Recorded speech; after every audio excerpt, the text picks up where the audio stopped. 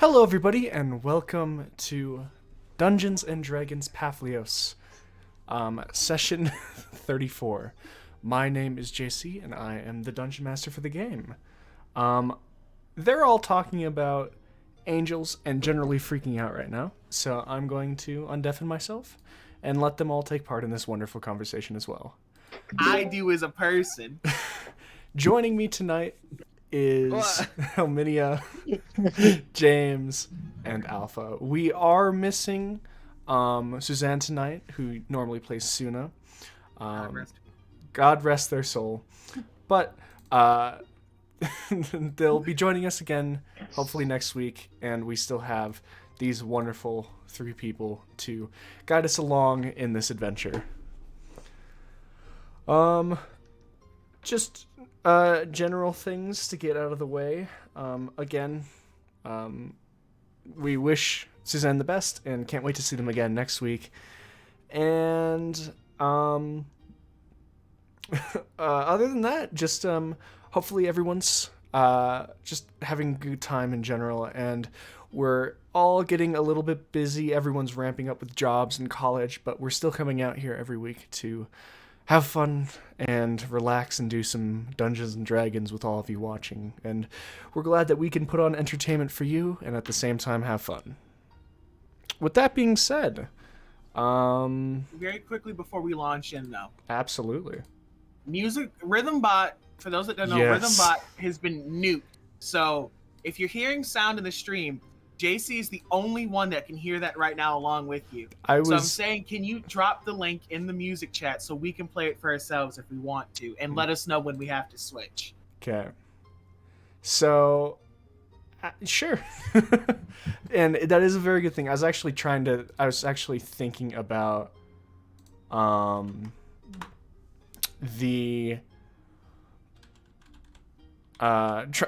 putting that aside, trying to think that I'm putting that aside for the announcements, and then I just, as soon as the stream started, just immediately forgot. Rip Rhythm. They say they're coming back in one way or another, but that remains to be seen. But we wish Rhythm Bot the best, as they've served us very well. God rest their soul. God rest their soul. With that being said, let us go into a quick recap of last week's session. Last week on Papihos, episode 33, Thieves and Hypocrites, the group went on a lovely journey around the town. Well, the town was celebrating a holiday, celebrating the transfer of the seasons from fall to winter. During this, there was crowds of people being merry, there was food, there was wine, there was ale, there were dice games, and then there was a race to win this mystery of magical items. Upon seeing this, Zex, Gilgamesh, and Suna took it upon themselves to relieve the race holder of all 4 of his magical prizes.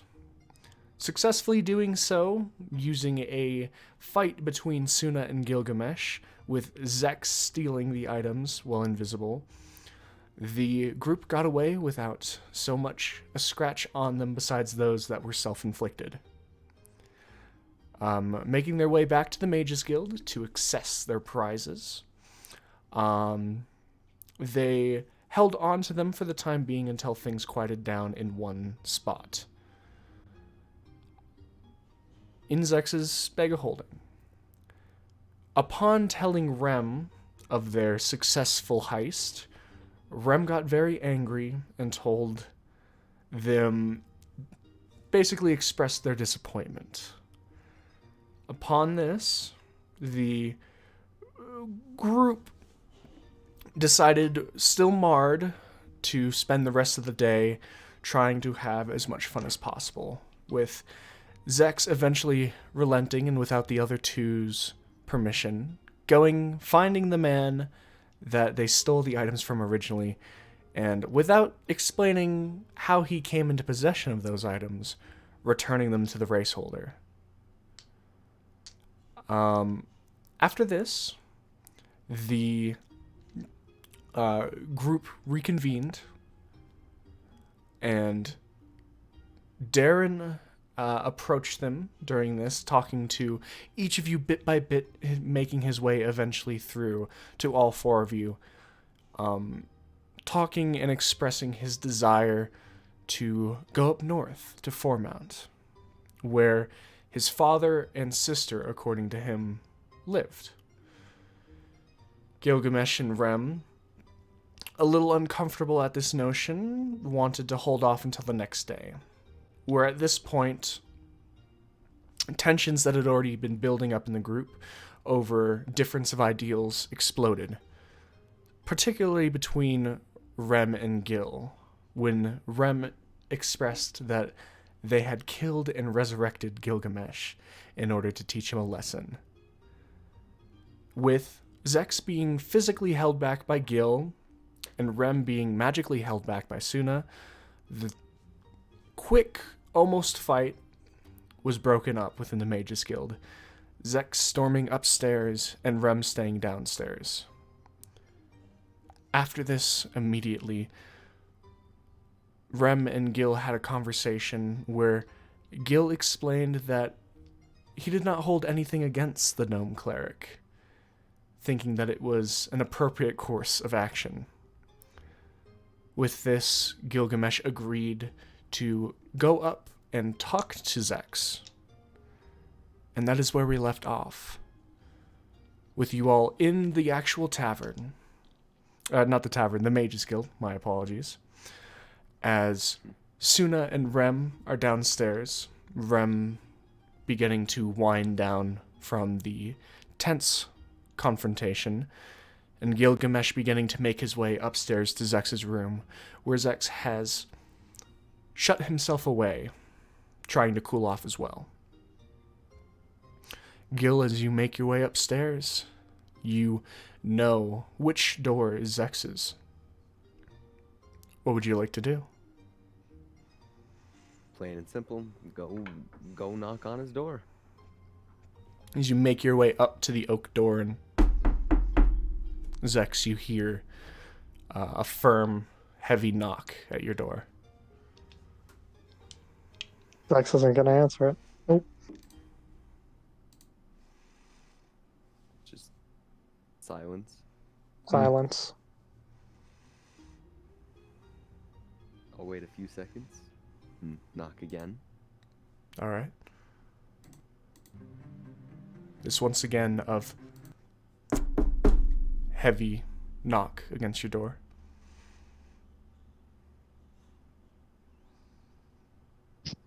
Go away. Zex, listen, I just want to talk with you.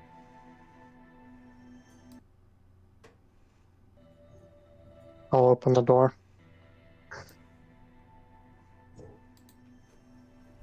Fine. Then I'll step back and let you in. I'll make my way in.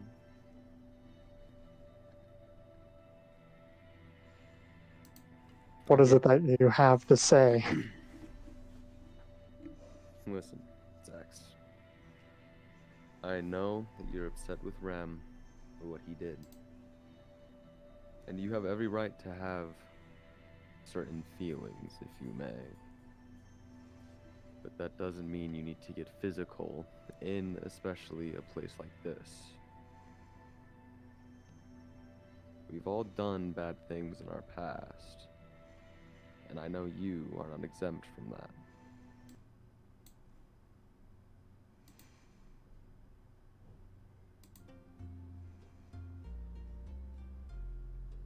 I just don't understand how you of all people can be okay with this. Seeing as what he did left you permanently scarred.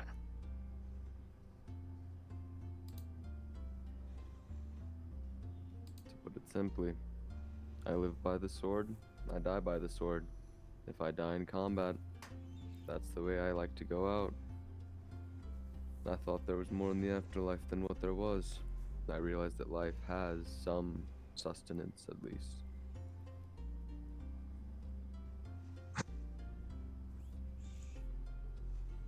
Rem did what he thought was best.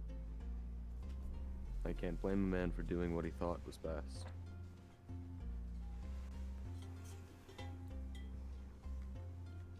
As I'm sure you can tell, I can. Because even if he thought it was best, it was definitely not.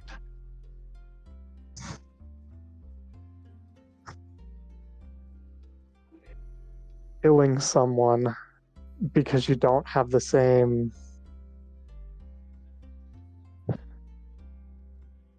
philosophy as them is not the right thing to do. And yet I've done the same before. Are you gonna call me a bad man for doing the same as Rem has done?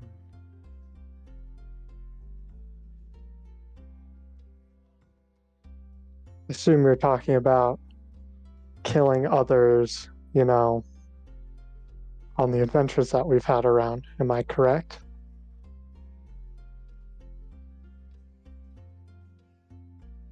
You are not. There is one man who I've killed outside of any battle, any war, that many look down upon. Well,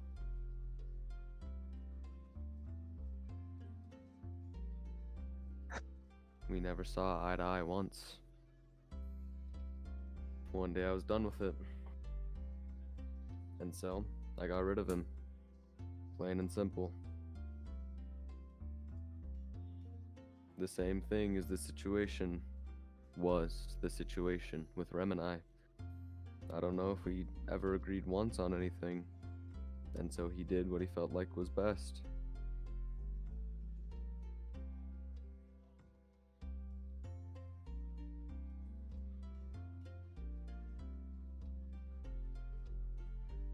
I suppose I'll have to consider this.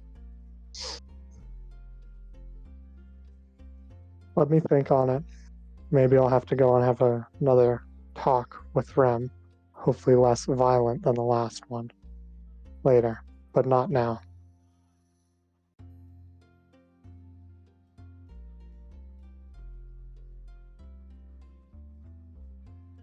Just make sure if you ever make a threat again, don't make it as catastrophic as the one you've made. And I'll give him a nod and leave. Okay. You make your way out. Zex, do you close the door? Yeah. Okay. You shut the hefty oak door, and you are left alone in your room. Just sit in my room and think for a bit. All right. Is there anything the three of you would like to do? Isn't Darren looking at me? Darren has gone upstairs, actually, to begin. He said he was going to prepare, as you all said that you needed time to think. I'm gonna head up there and speak with him. Okay. As you make your way up, you can see the span of doors laid out before you. He told us which one is his, didn't he? I believe he did. I'm gonna go to that door. Okay. You head over to that door, and you can see the door's already opened. Small amount of noise coming from there, and as you look inside, you can see just basically he's moving back and forth from a small leather bag that has a sling on it as he's moving different small leather pieces that you can see actually look like they're formed to be like a sort of leather gauntlet as he's wrapping them around his hands, testing it, and then you can see he's in the process of removing a set that he's tried on, seems to like, and then begins stuffing them into the actual bag. As he's finishing doing this, he glances over his shoulder and sees you and, Good to see you. I'm going to enter his room and close the door. Is everything all right? You said you're going to Format, correct? And you wish us to accompany you? Yes. What business do you have in Format? I told you I just want to go and check in on my father and my sister. It's been a while. It's been a while. Maybe like I left young. I've probably maybe 25 years. It's been a long time. I've just,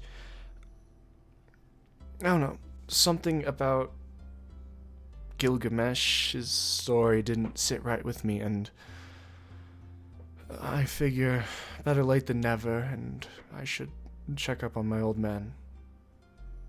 What story did he tell you? He described where he went, and my father is a prolific blacksmith in Fourmount. He's the blacksmith. He used to specialize in weapons of war, and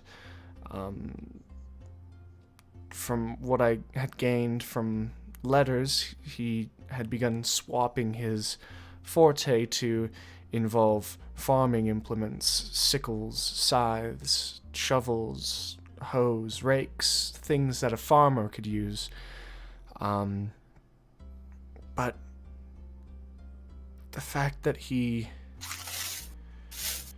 said my father reminded him of a weak man does not sound like my father. But no one else could be a blacksmith. It had to be him. And so I have to go. For my own consciousness, my own sanity, I have to make sure he's alright. I have to make sure my sister's alright.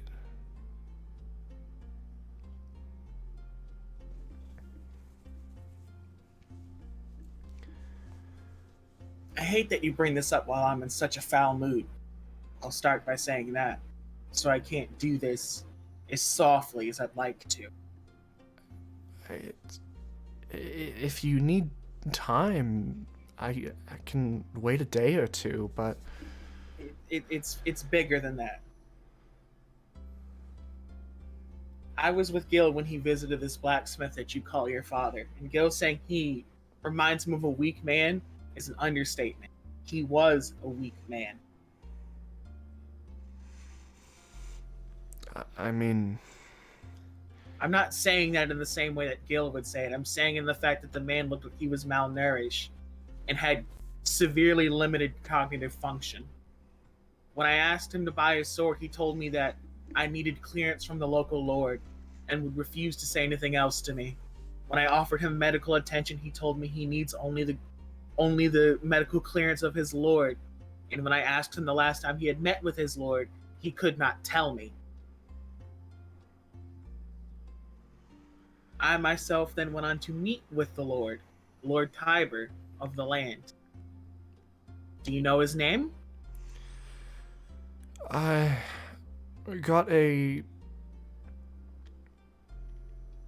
was mentioned in a letter from my father from days past, but he entered lordship over Fourmount after I left. About what time did you get that letter? It was a long time ago.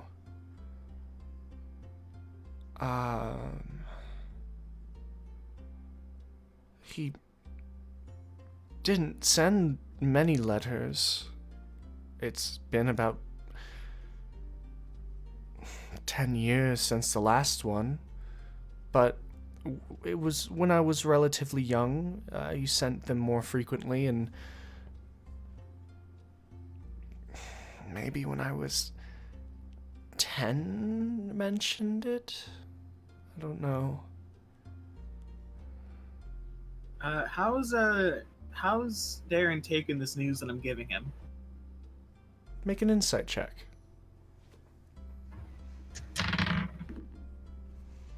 I believe that's going to be a 21. He seems to believe you. He seems disturbed. It's obvious that even though he explained to you that he left so young, his father left a large impact on him. And it's easy to see that from his face, and hearing how different his father must be now, because he does believe you, but he's believing you while you're saying something that is just hard for him to comprehend, if that makes sense. I understand. If you had to guesstimate, how old would you say Lord Tiber would be? I don't know. I've never laid eyes on him. You said he came in a lordship sometime after you left, and he was mentioned in a note 10 years ago, or he became a lord 10 years ago? He's the last letter I got from my dad was 10 years ago, but when I was young, very young, he mentioned Tiber coming into power. I don't know exactly when.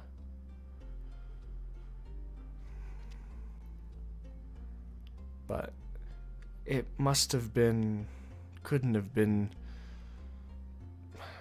maybe 5 years after I left Fourmount. He mentioned him. Maybe. So you'd expect this man to be nearing his 40s, right? Possibly. Rulers. It's possible. Sure. When I met Tiber, he didn't look like a day over 25, did he? He looked in the prime. Younger? He looked like he was in his prime. So define prime. Prime 20 to 25 does very much exemplify the prime of a man. I'm going to regale this to Darren. The man I met didn't look a day over 25. I mean,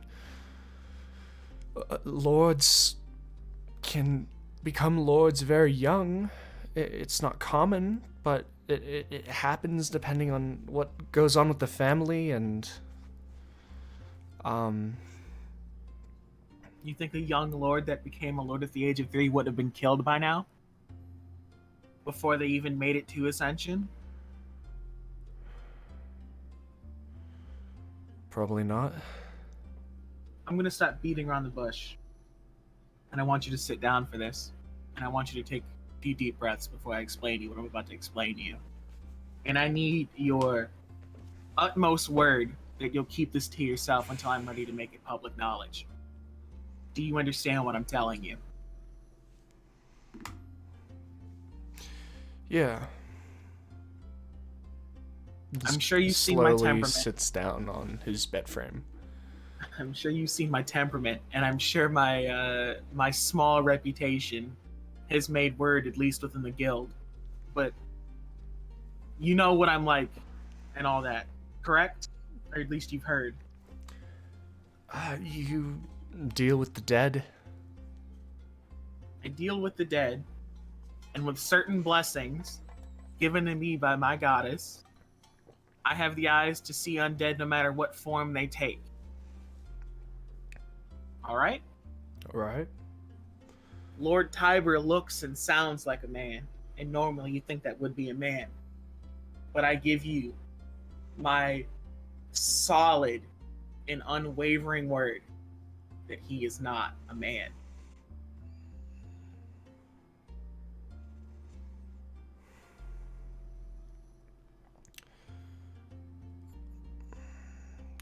like you to make a persuasion check with advantage.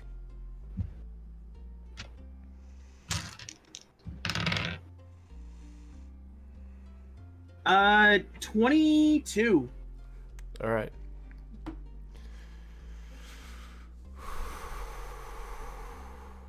Just deep breath comes out of him. Okay.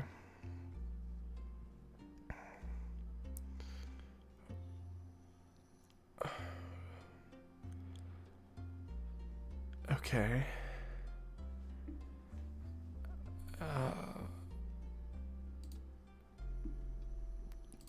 My dad, you talked to him. Mm-hmm. Is he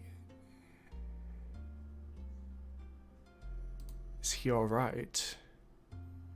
And is he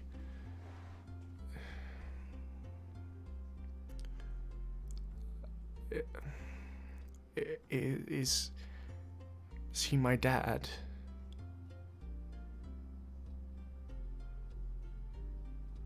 From the man you've described, I wouldn't even know. The man I met was less than not even a shell of the man you've described, but a shell of a person as a whole. Physically, he's there barely, and mentally, it seems as if he's receded into himself for some reason or another. If you describe to me a hardy blacksmith that has left such an impact on you, I could see no resemblance whatsoever. He's alive. He's surviving. I wouldn't really even call it living. And I have great belief that the Lord has something to do with it. Any undead that has any form of intelligence and parades as a man is always up to no good. And they're usually quite a pain to deal with. I haven't told anybody else except Barris and you. So, how does one deal with this, as you put it?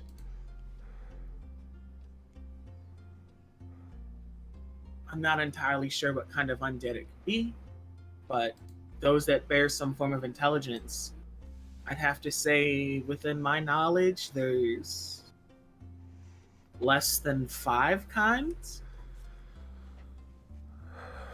Okay. All right. So you'd have to figure out what he is exactly. Even if I do figure out what he is exactly, the issue becomes, do I feel confident that I could deal with this issue? I mean, normally, the answer would be maybe. To state my party in, the answer is no. Okay. I'm willing to accompany you to Foremount, but I'm telling you, if you go in guns blazing, you're not gonna like what happens. I just need to see my family. You said you have a sister? Yes. Did you see she her? Be living with your father? She was when I left. I don't know now. She's older.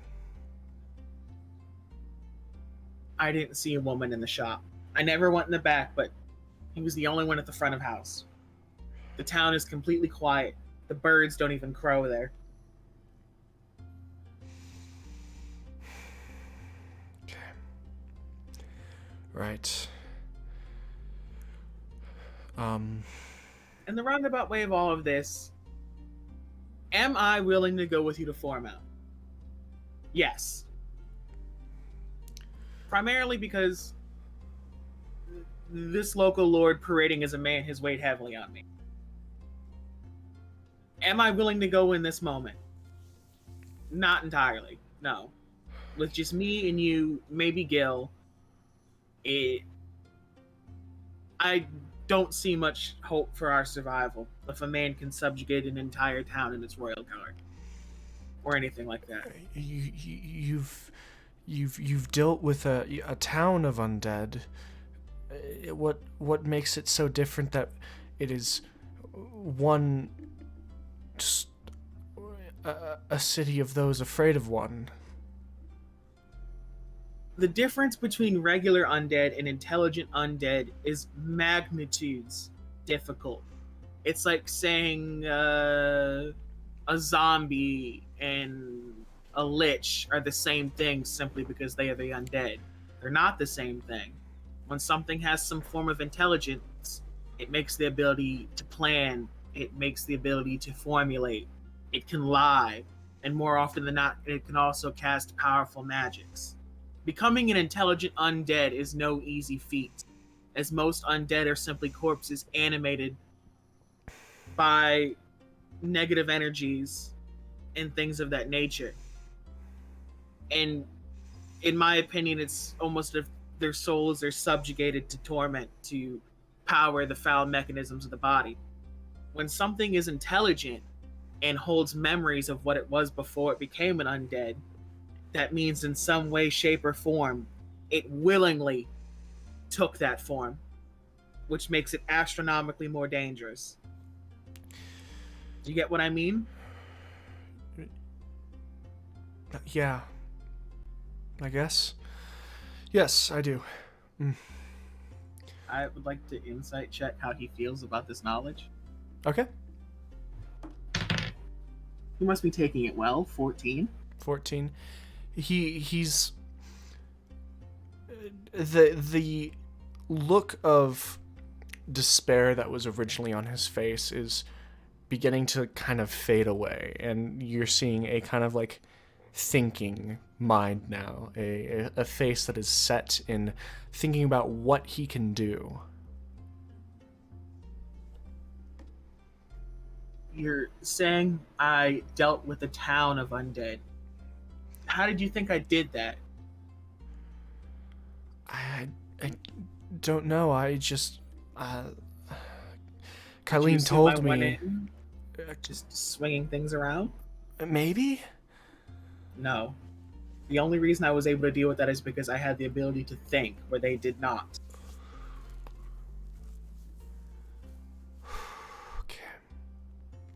Okay. You said you couldn't do it right now. How much time do you need?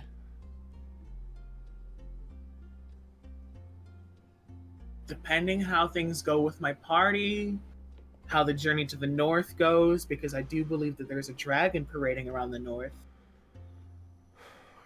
Right. A level of which I'd feel comfortable depending on how much training I guess we could get in.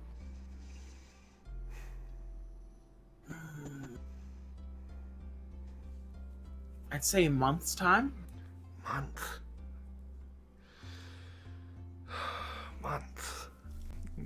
Kind of. I'm willing to make my way there now so that you can visit him, but I'm letting you know that it do us well not to dwell within that town.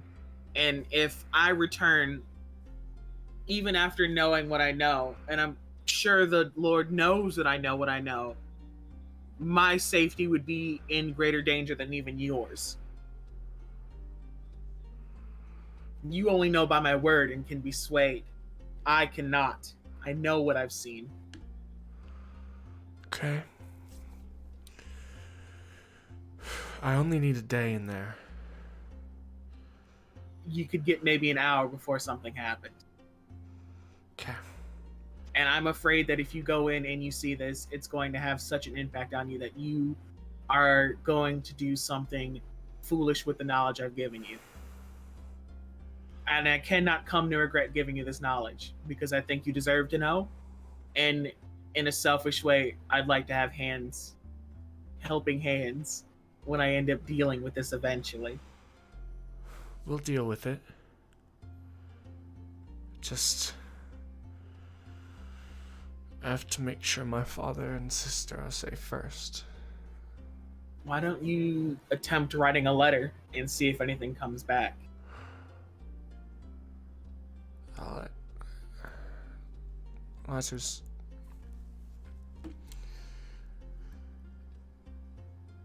Letters haven't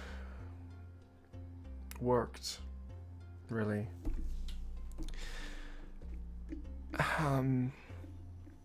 In the last letter I got from my father wasn't the kindest. Do you still have it?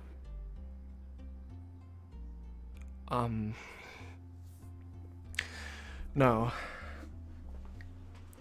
It was stupid. It was rash. I shouldn't have. But I did. And we got into a fight over the post and over what I was doing. And I've sent him letters over the last decade, and I've heard nothing back. I've known he can hold a grudge, so I never thought anything of it.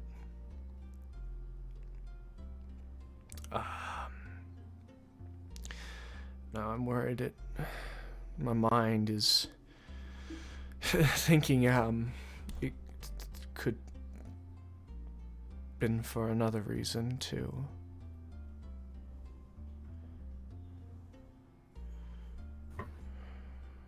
I don't expect your father to hold a 10-year grudge, so I'm assuming that's when things began to transpire. Maybe. So, you're not willing to deal with it, but you are willing to go up north. I'm willing to go up north, deal with things along the way. Mm-hmm. The issue is the dragon, which I don't want to run into because... It's a dragon, yeah. It's a dragon. Yeah. But I am willing to take you north, see him. The issue is that you're not going to like this. It's going to be even more devastating than hearing it from someone else. Well, but I wanted to tell you this, even against my better judgment, so that you didn't go alone and find yourself in the same position. It's the greatest kindness I could give you at this time. Okay. Yeah. All right. If you can come with me up there, I promise you an hour is all I'll need.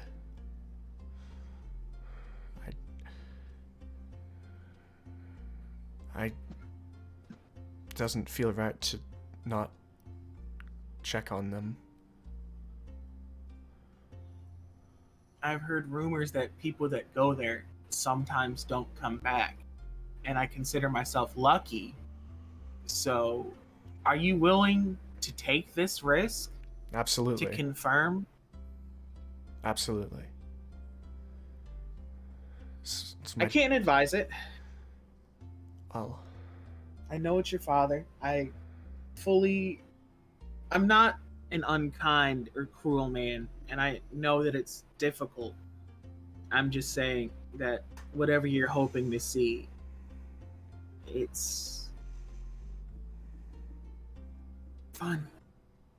I will take you there under the condition that you don't do anything rash. Rem, all I need is an hour, and I will be forever grateful. Give me a few days. I can do a few days. 2, 4 at max. Okay. Okay. All right. I can do that. Is his arm still broken? No, it does not look broken. How is he's in peak form, isn't he? He looks fine. He looks trained. He's in good condition. But before we go up north, though, I do want to know, would I have in-character knowledge of some of the things that monks can do? Especially that thing that happens around level 6? I mean, I am a religious type too. Yeah. I'm a religious type Pokemon, by the way. So I would know a bit about monks. Would I reasonably know about that?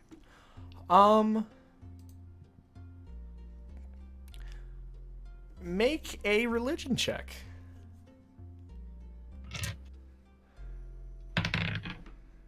17. 17. Although you yourself have not been partial to a temple or church that has had these people, as of just the size, through knowing of other more popular churches, there have been those that are able to harness the energy inside themselves in a non-deity defining way. These people, through training and skill, have eventually been able to train themselves to release their inner energy as a form of powerful attack. Monks have been used specifically for when there are undead problems in cemeteries sometimes. And so it's something that you have seen possibly even working side by side with some to clear out a minor haunting in a gravesite.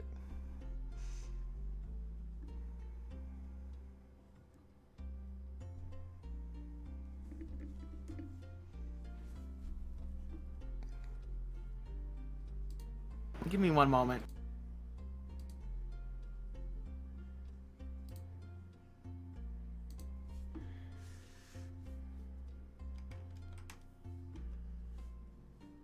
I literally got a fucking phone call while you were trying to explain this to me. So you were just talking, and I heard graveyard hunting, and like blanked out on all of it.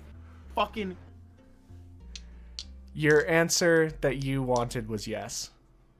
Okay, I'm going to ask him the question. Do you have the ability to harm creatures that have resistance to non-magical weaponry? You're talking a focus of ki. I'm assuming so, yeah. Yeah, I've been in training long enough to know how to do this, yes. Alright then. That's that'll help for sure. Anyway. 2 days, Fort Max. I'll let you know. I can do that.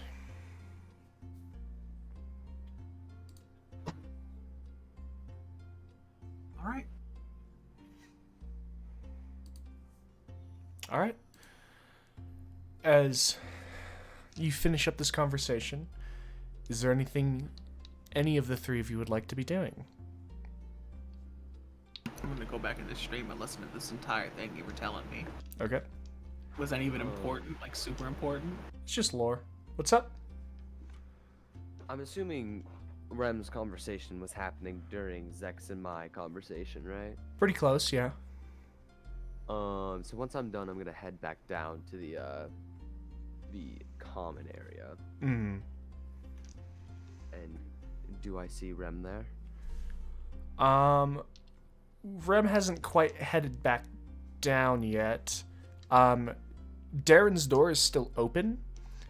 So as you're walking out, you do hear this conversation. So I shut the door. You shut. Oh right, you did shut the door. Yeah, no, Rem walked in shut and the shuts door. So as you head down, you do not see Rem.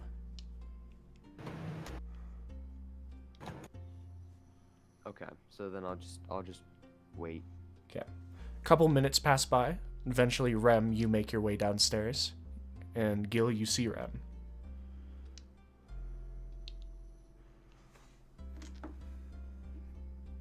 Rem.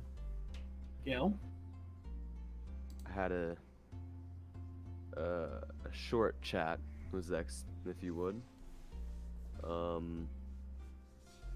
I honestly couldn't tell you how he took it, but I think things might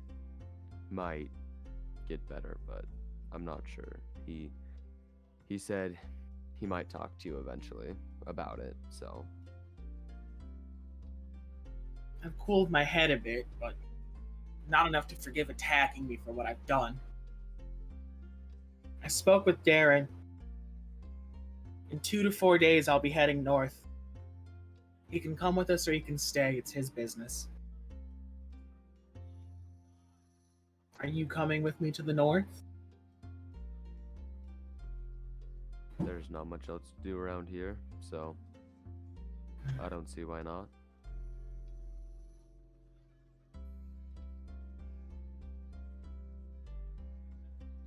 Is there a reason we're waiting so long? I'd like some time for things to cool down between myself and Zex so I can know exactly who I'm going with and what I'm going with. The trek north is dangerous. I prefer not to have someone at my backside that could stab me at any moment.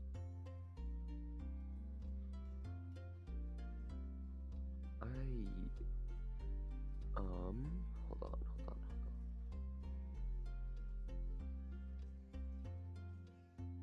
And you are, speaking of dangerous, you are aware of the dragon up north, right? And I'm gonna like reach into like behind me and like grab the dragon contract. I'm very aware of the dragon.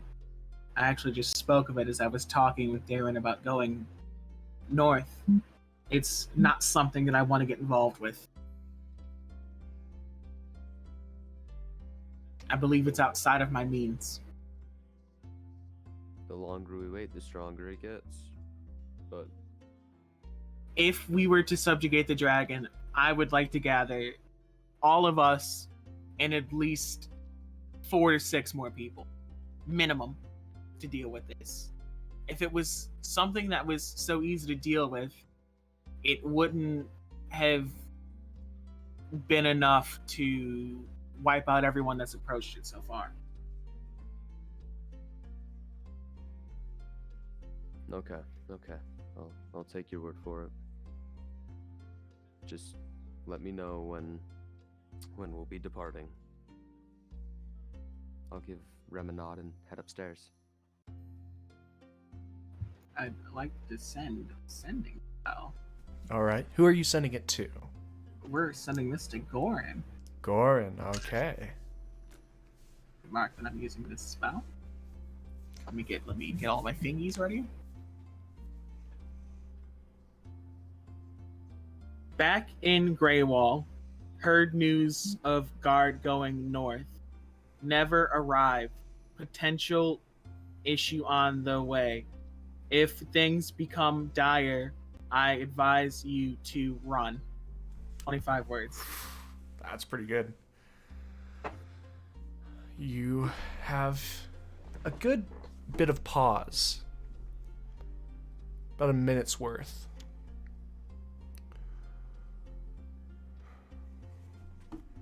Before it comes back.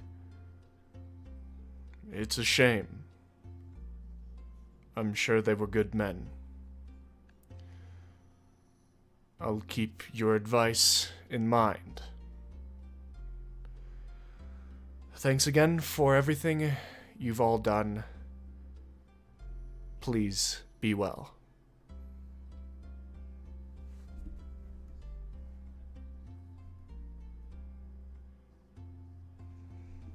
I think I might head to Bears. All right. Do I see anything as I'm walking through town? So it is lower. It's a bit. It's very late in the day. The sun has all but vanished, and you can see the street like lamps of oil lamps that have been hung, beginning to be lit by certain gray wall guards and the people surrounding. As you walk through, people have, for lack of better, packed up, and you've gained the sense that probably It's too late. Yeah, the holidays have been over. Most of the businesses are closing. You've never really been sure of Barris's hours. They're lighting the lanterns. I'm assuming it's too late. I'm gonna go for a bit of a walk, cool my head, and then probably come back and try to rest as I decide what I'm doing tomorrow. Okay. The air gets progressively colder as you move around, as you observe the layout of Greywall. And a thing that you notice is the ship. The actual landing of where those of where you've determined skyships might be able to be placed, and can be seen through the majority of Greywall, up in the northeastern corner. The thing that you've noticed and that you've kind of become used to is before in Greywall, the sound of construction was ever present and constant from this place. And in this silence of the night, there is none. Might very well be done. That's all you notice. Alright. As you all head back, unless if you're doing anything else, and everyone finds their rest for the night.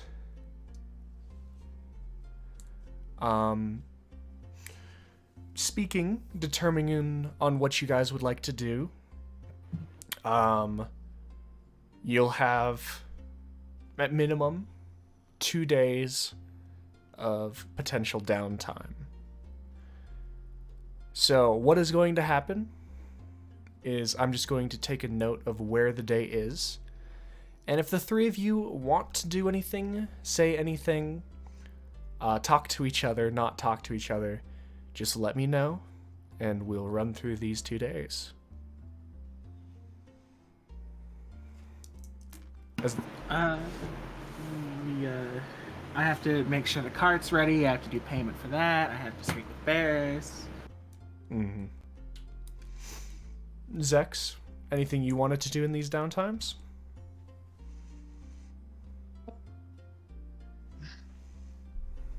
Why don't you ask Gil real quick and then come back? Okay, Gil? I'm assuming that I am not aware of anyone who has knowledge about basically who's a human bestiary, to put it simply. Who has a human bestiary? Yeah, who basically someone who just knows a lot about creatures. Huh. You could pick anyone in the guild for that. You could literally pick anybody. You do have your pick of guild members. Mm-hmm. If you need a reminder of all of them. Well, there's one very specific. Yeah, if you have someone in mind, let me know. No, specific creature that I'm looking for. Yeah, and if it lends itself to someone in the Mages Guild or Fighters Guild, let me know that you want to talk to them. Or if you're trying to find someone else throughout Greywall, let me know around where you're trying to find that information.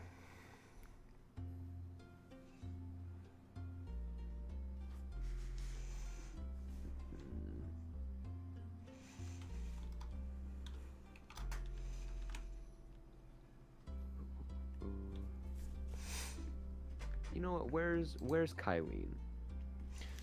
Kylene, through hanging out at the Mages Guild, you'll be able to find her as she pops in regularly for meals.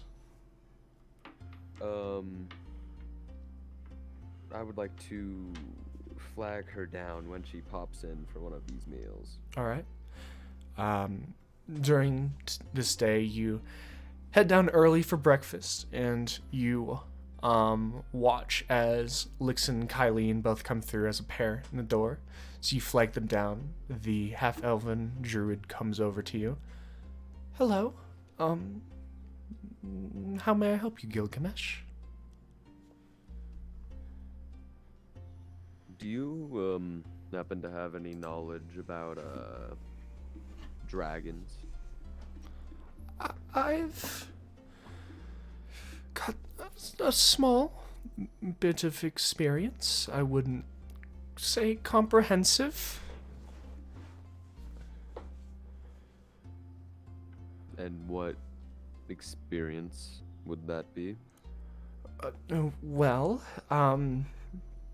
I was a bit younger and went off up to the northern isles of Ashahar, and there was a run-in I unfortunately had with a young white dragon.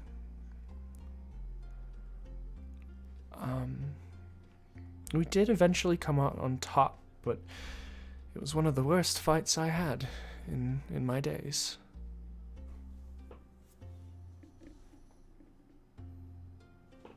Is that all of the experience you have? Yes.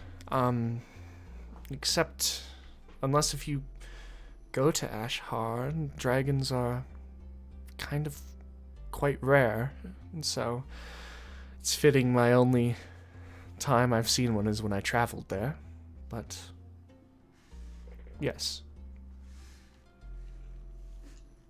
Would you happen to know anyone who might know a bit more than you?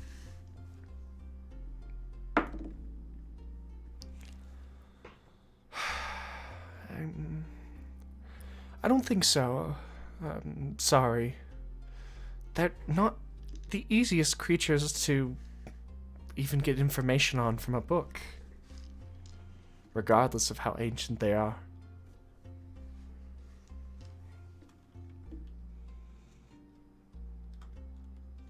I'll just give her a nod and say, well, thank you. Of course. Sorry I couldn't have been more help.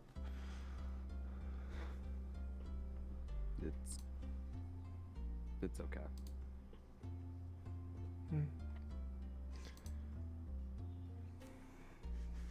Okay.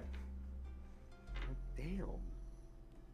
Anyone else or anything else you want to inquire about or with?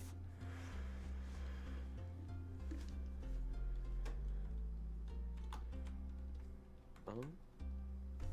Let me... More people. Jade is still out. Just out. Yeah, right? Jade. No one's seen her in a while. Kind of sus, man. How long have we been gone? It's been like what? Two and a half months, was it? And yeah. Nobody's seen her for 2.5 months. Yeah. Listen, has anyone heard from her to our knowledge? The last person that you know talked to her was Jaylene. And when was that?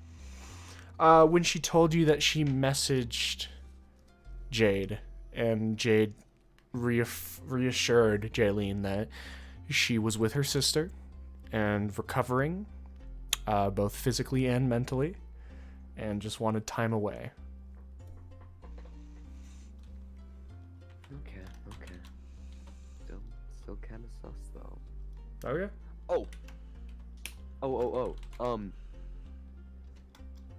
Oh wait, shit, that won't do anything. Okay, never mind. Don't mind me. Don't mind me. Okay. All right. Rem, anything you're doing? I'm gonna go check on the carriage today. Okay. As you make your way down south, to Gideon's stables, where you had entrusted your cart to, you can see the cart is easily visible as you make your way there. Mostly because it is a very distinct cart, being quite a bit longer than the normal cart, almost double. And you can see, as you get closer, the wall and wheel well seems to have been either replaced or restored. There are no horses attached to it, and it is sitting out front. You do not see anyone out front specifically. I guess I'll leave that be. He did say he'd come and reach me, but he had a price estimate for me. Do I notice anything as I'm walking about the festivities and whatnot? The festivities don't seem to be in place anymore. People have seemed to pick up, and it's resumed as being a farmer's market. Since you have taken note of them before, the card woman is I do not have note of those people. Oh, never mind then. I never met them. I was drinking that day. The standard farmer's market assortment is still there. But the festive side of it seems to have disappeared. There are no people in the streets playing dice. There's no races being conducted. There's no prizes up for grabs. Alright. Then I'm off to Barris then. Okay. You make your way upwards through the square, eventually making it to the familiar store of the Spectral Allies. As you step through with the small chime of the door opening, no one is currently visible at the desk. A few seconds pass by of you waiting until through the curtain, through a door at the back, you see the familiar form of Barris come through. She looks down at you and... Pleasant surprise seeing you here. Welcome back, Rem. I want to insight check that pleasant surprise thing. Mm-hmm. That felt dubious. That's a 26. It seemed, you almost get the impression from the look on her face that you interrupted her. And she was finishing or working on something in the back. And it does come to your mind that normally when you walk through the door, she's at the front counter. Or at the very least, Zivin, her helper, is. She just seems a little flustered and you caught her off guard. Ask, did I interrupt something? Oh, nothing too pressing. Just a little bit of side work. It's nothing important. What may I do for you? You're not gonna like this. Mm-hmm. The monk, Darren? Yes. Convinced me to go north with him to Foremount. Why? He says that his father is this is kind of private. Do you mind if we,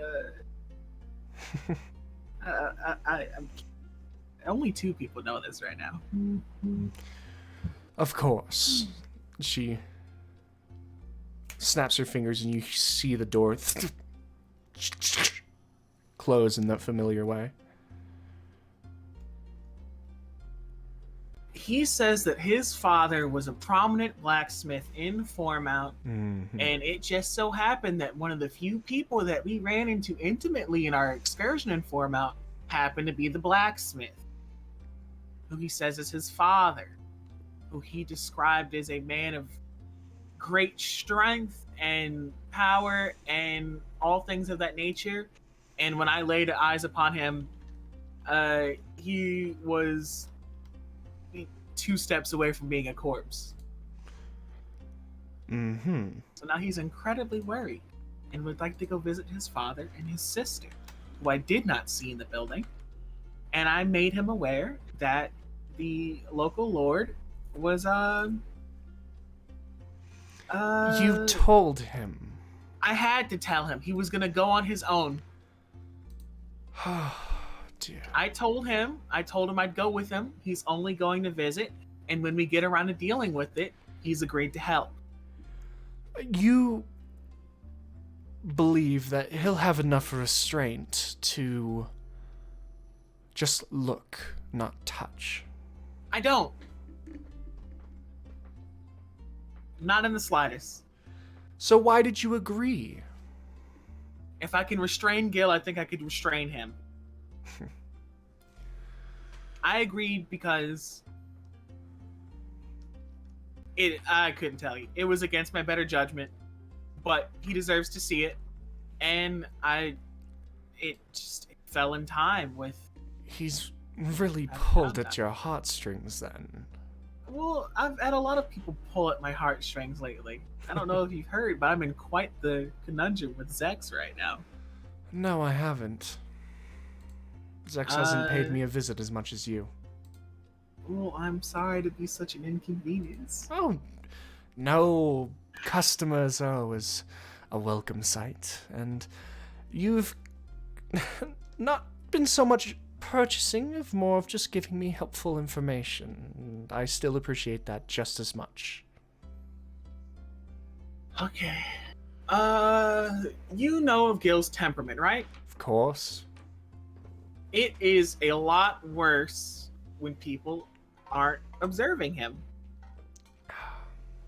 When people aren't. When people aren't observing him. When we're not in town and we're adventuring, it is a lot worse. And it came to a head when we had been captured and imprisoned by the cultists. That you mentioned before. Yes. And there was an altercation there, and when we came back into town and had rested for a few days, I had an altercation with Gilgamesh in the remnants of the Fighters Guild, of which I took his life. Oh. He's fine. It was... I hate to disrespect the goodbye of, dying, but it was, for lack of a better term, dipping his toes into the water. I really only wanted to teach him a lesson that we care about him and that he should value his life and the lives of others. And it just so happened that the one time he dips his toes in, he gets bitten, for lack of a better term. As when he came back, he had a massive scar upon his face, of which I have no idea where it came from. It's not mine. I didn't put it there. I'm assuming he's had some religious awakening. One tends to have an awakening at death. Well, I'm insight checking how she feels about this. Is she losing respect for 19? 19. She's a bit surprised.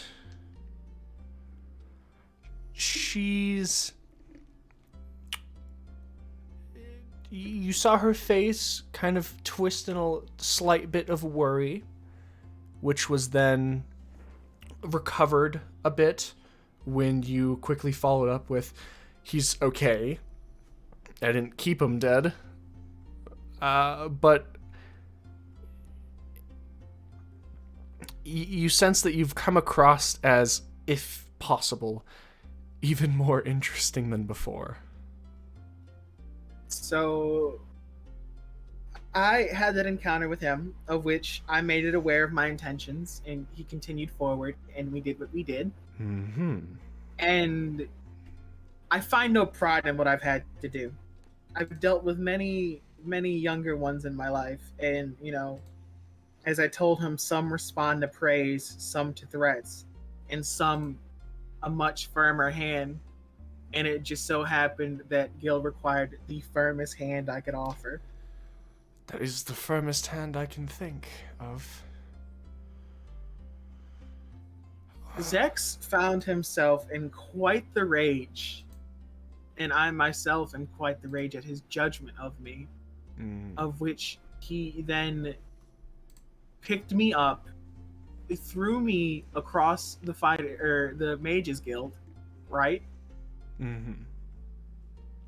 And when I went to go return his favor, I was then held back by my party members, of which Zex then threatened to, for lack of a better term, or not lack of a better term, what I can only assume was throw his bag of holding into my haversack.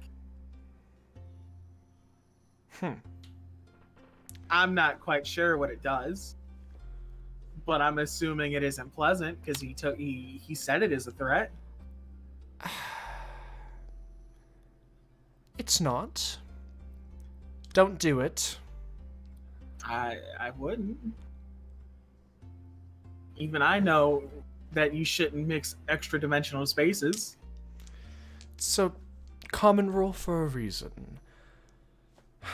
Well, it is far out of my realm of responsibility to tell you anything about your party, but in my experience, you can't help. No matter how at odds you are, if you walk with someone for long enough, you'll develop a bond with them. And in one way or another, one person's business will become everyone's business. And that is most likely the reason your friend Zex moved against you. I feel as though his reaction was unnecessary. Anger, yes, but this, no. It is a vicious cycle, and one that will need to be broken as fast as possible if you wish to at least coexist with each other for the time being. As a group that has been together as long as you all have has no chance of survival if you all keep fighting, stare at each other's throats.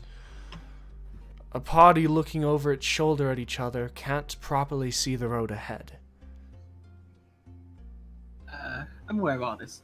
I didn't come here to unleash my burdens on you. That's not what I'm here for. Of course. I came here to let you know that I was going with Darren up north, and if you had any suggestions or anything like that that you think would help us on our journey, as I'm still trying to piece together what kind of undead it is. I do not think it's a lich, but I can't confirm that it's I can't necessarily 100% confirm what he is.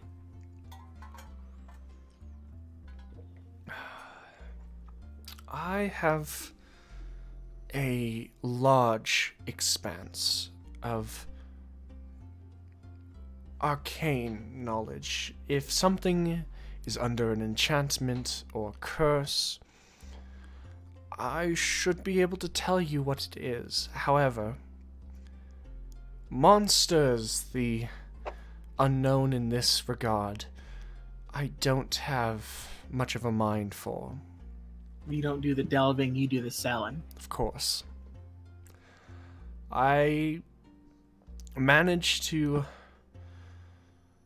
have enough for myself to put myself in this position, so I have prided myself on not getting my hands dirty in the recent past. Therefore, I don't think there's much I can do in the realm of helping you. I apologize. I mean, it's also to make sure that someone that's aware of what happened knows where I went. And I don't know, maybe it's some some ill-intentioned thought that because at some point the royal family was aware of my existence, that if someone that had in a way shown that they were capable happened to go missing in Foremount, they'd have no choice but to look at it, you know? That's reasonable. So if something does happen, I know you are only a private citizen,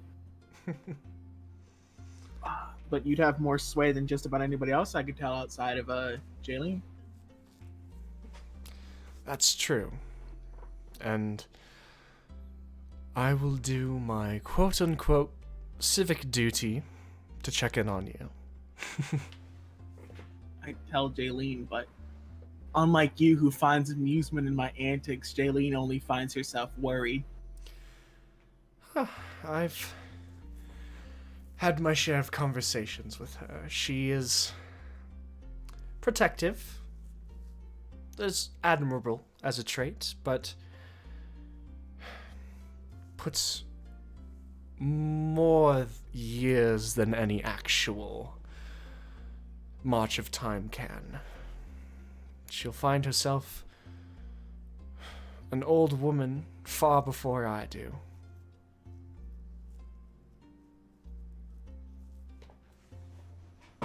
I understand, as I am also an individual that ages quite differently. Not quite to your level, but I'm sure I'm probably very young compared to you. It's likely. I've been around But for a good while. It's impolite to ask a lady her age, so I won't bring it up. It's of no great concern either way.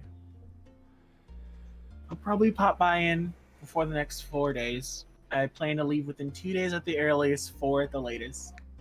And I have to talk with Zex today because I'm going to need the funds from the scroll that we're selling. Wonderful. I'll be looking forward to it. Anyway, my apologies for unwinding. If I find anything interesting up there, I'll be sure to bring it to you first. I'm sure you will find something. You always manage to. Intelligent and dead is high. I do. Okay. I mean, I've cooled my head. I've gone for a walk. I feel better. All right. I guess I should go speak with him. All right. And that thing you were working. If you ever need help with a project of some sort, don't be afraid to ask. Though my magical inclinations aren't quite the same as others. I'll keep you in mind, and it's highly appreciated. Thank you. All right. I shall come by for no more personal chats. Do as you need to. I always manage to get something out of it, and at the very least, as you say, I do find amusement every once in a while. It's nothing compared to what could have been a Lich's phylactery. I'll remember that one for a while, I think. All right. I should be off then. Of course. Snaps her finger. Door unlocks. Slightly opens. Have you been making use of the case I brought you before I go? I think I'll put the scroll in it when you give it to me. I've been... if you happen to see Lixon, he's been badgering me about a certain scroll. That reminded me. If you see him, make sure to tell him if you can. I'll keep an eye out for him at the guild, and I'll send him your way if I see him. Thank you. It's appreciated. No problem. All right. I should be off. Okay, so you're going to head back to the Mages Guild to talk to Zex? I'm going to see if I see Lixon first, but then I'm going to talk to Zex, All right. and then we can move to other people and see if anyone's moving. As you're heading back, make a perception check. I can see my feet. 9. No. The streets are relatively packed, but you can still easily move through as you make your way back. No sign of Lixon, Kylene. You enter in. No sign of Lixon. as you make your way up towards Zex's door.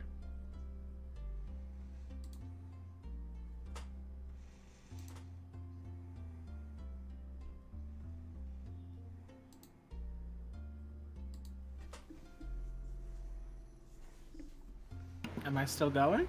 It's up to you. Say what you're doing. Is nobody else doing?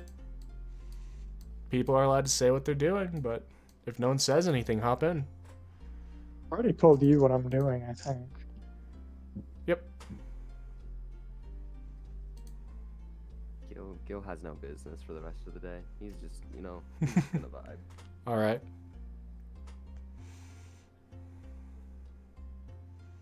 So, Rem, you make your way up into Zex's room, or to Zex's door.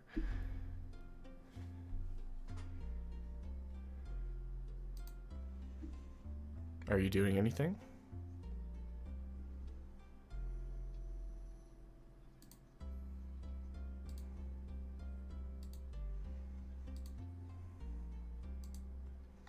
Rem.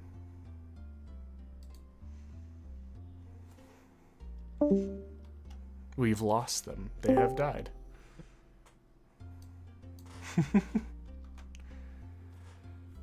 All right. Uh-oh. Zex, well, Rem is dealing with this issue.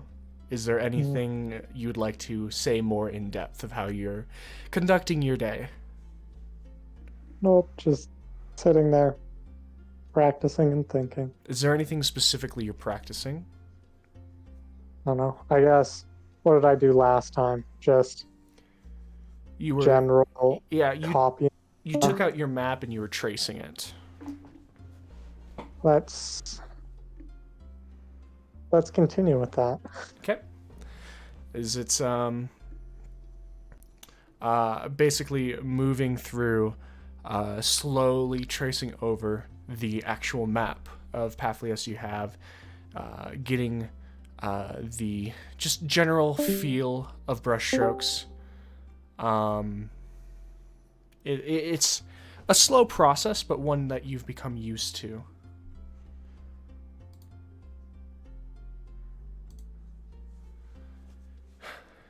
With this, you are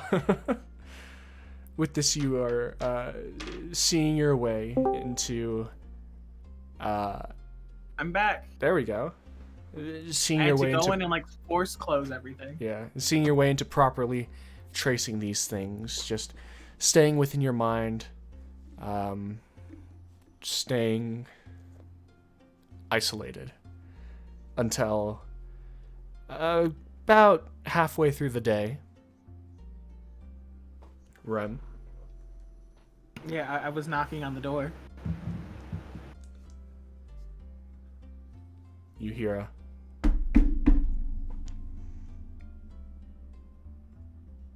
Man. I'm gonna open the door and go in.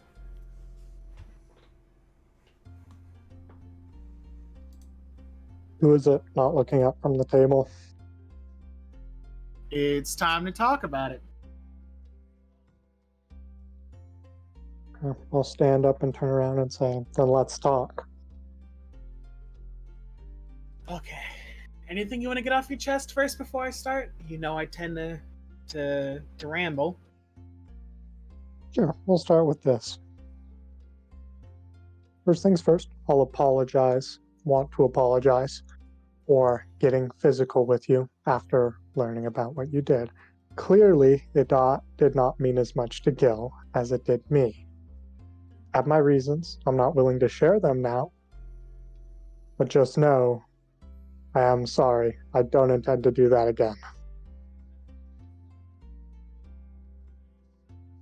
I'd apologize for getting physical with you, but it doesn't seem that I was able to actually get a hit off. But I'll apologize for my intention.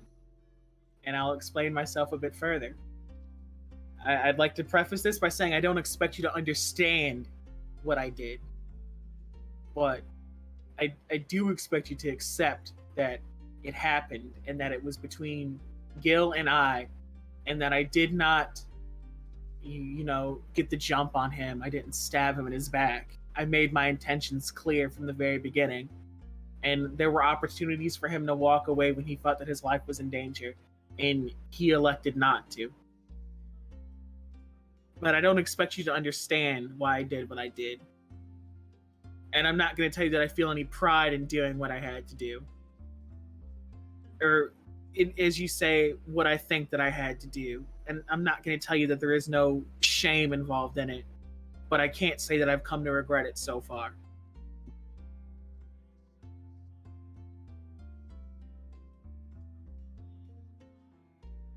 Secondly, I'd like to bring up the fact that if we're going to be continuing to move together, we have to come to some form of understanding on this. So speak exactly how you feel, because I already have the next place I'm going lined up.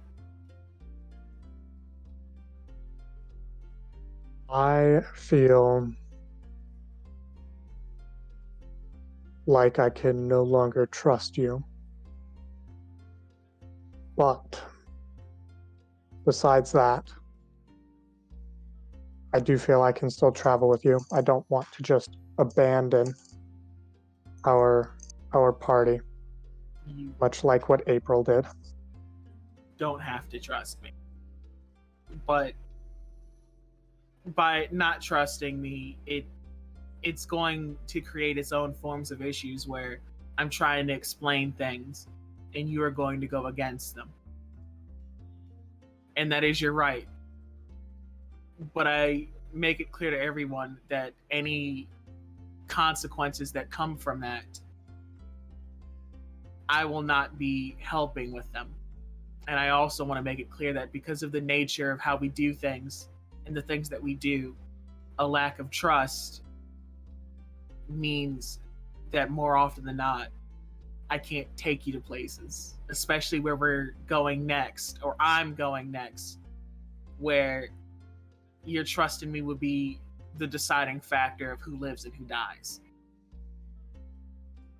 You need to elaborate further on that before I make a decision on whether or not I'm going to travel with you. We are going to the north to Foremount with Darren. I won't say we, because you can decide on your own to go or not. We are going to the north with Darren to see his father. The issue being is that the travel to the north is very dangerous, and something in Foremount rubs me the wrong way. And I know what it is, and I've made him sure of what it is. And when I think that we're on a good place, I will make you guys aware of what it is before we get anywhere near the city. But I'm letting you know right now that I think that it is incredibly dangerous, worse than Lichton, and that if you don't trust me, and we can't establish where we're going and how we feel about each other, I'm better off leaving you here.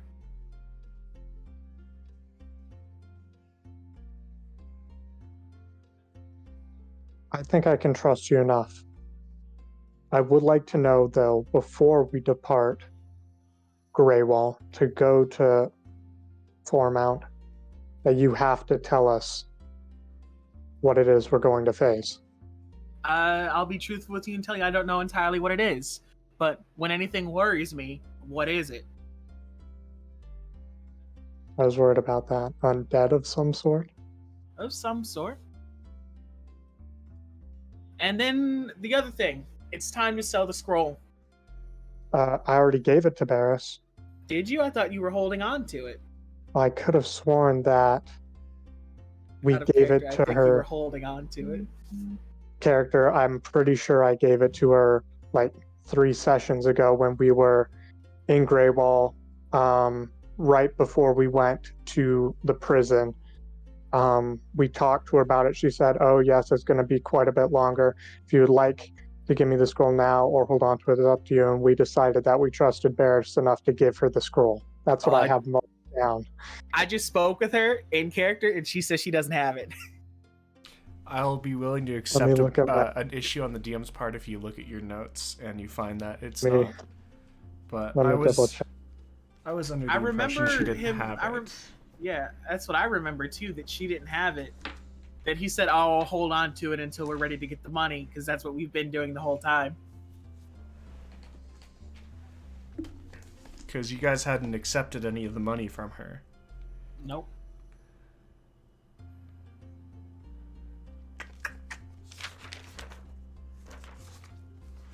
Okay. All I have written down is that we went to speak to Barris about it and agreed to 40,000 gold pieces in exchange for it. I don't think we gave it to So, her. we'll I think that's it. Maybe I didn't. That's just what I have marked down. If we want to say that I still have it, we'll say for the sake of, even if we're wrong, whatever, you'll still have it. None of the 40,000 has been given to you yet, and so you still have the scroll. All right.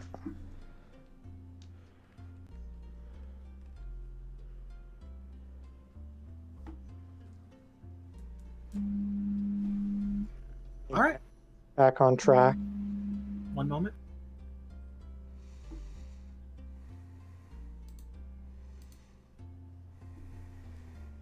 Okay. So upon this, absent-mindedly, you've find in your bag of holding and reassure yourself and reassure Rem, you still do have the scroll. And from what you've collected with Rem, you also still have the desire to make this bargain.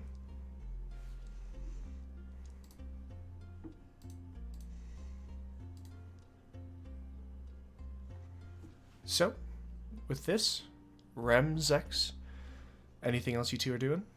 If you're continuing?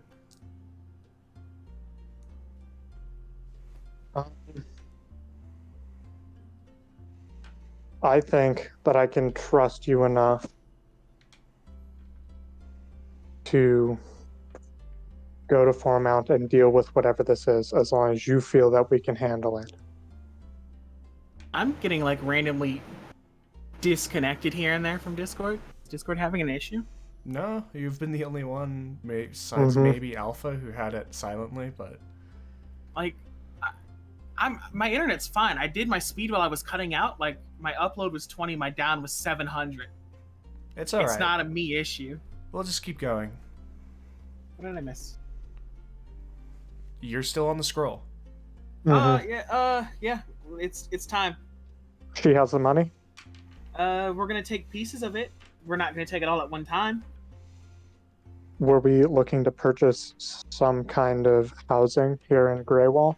Do you trust me enough to buy a house together? As long as it's agreed upon that it's not just one of ours, but is between us all. It will be. It'll be a group house. Then yes.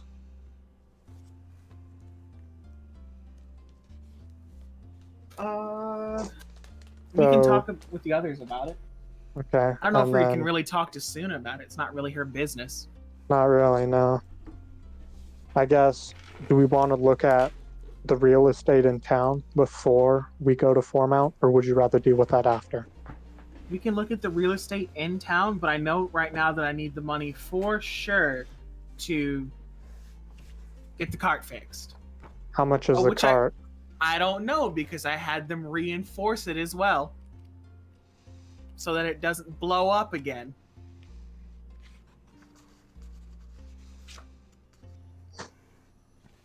All right.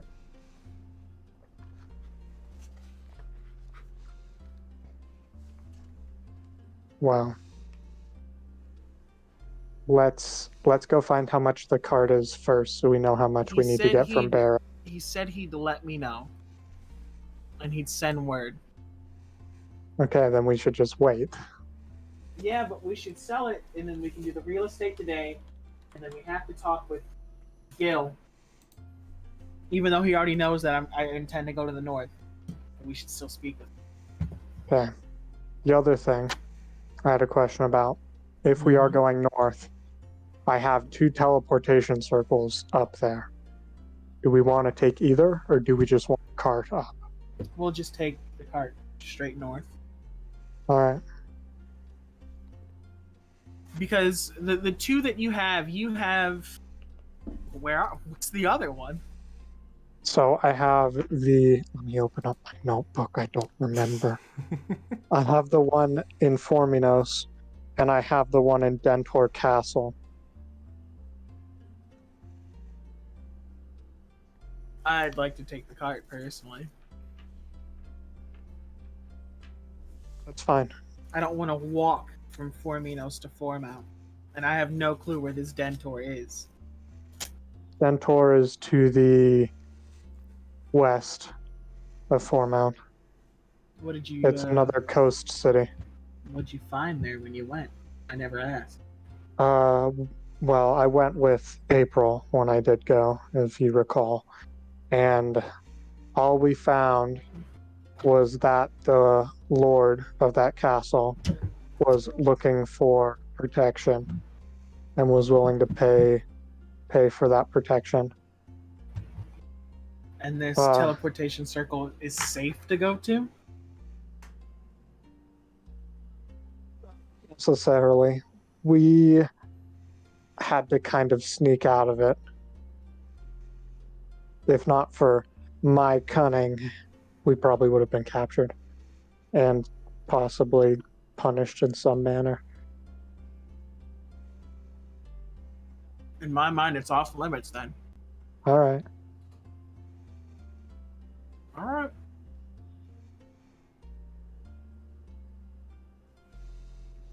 And you don't have to explain to me why you took such great offense at what I did, but one day we'll have to explain ourselves. One day, but not today. Not today. Today, things to do. All right. Do we want to head to the Spectral Allies then? I want to see if Lixen's downstairs first. All right. Okay. So you two head downstairs, and you do not find Lixen down there. You do see Gilgamesh, though, who's just been kind of milling around all day.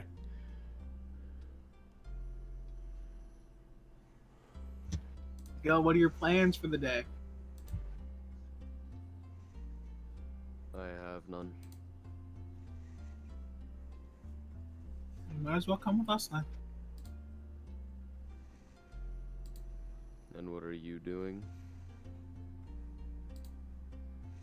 Selling. Things that probably hold no interest to you, but... Well, maybe hold interest. Do we want to discuss the possibility of purchasing an abode in town while we're out? That would definitely involve Gil. I don't think Gil's going to find much interest in going to the real estate office. He's right. You hold no interest in where you might end up living? Not necessarily, no. All right. Fair enough, I suppose.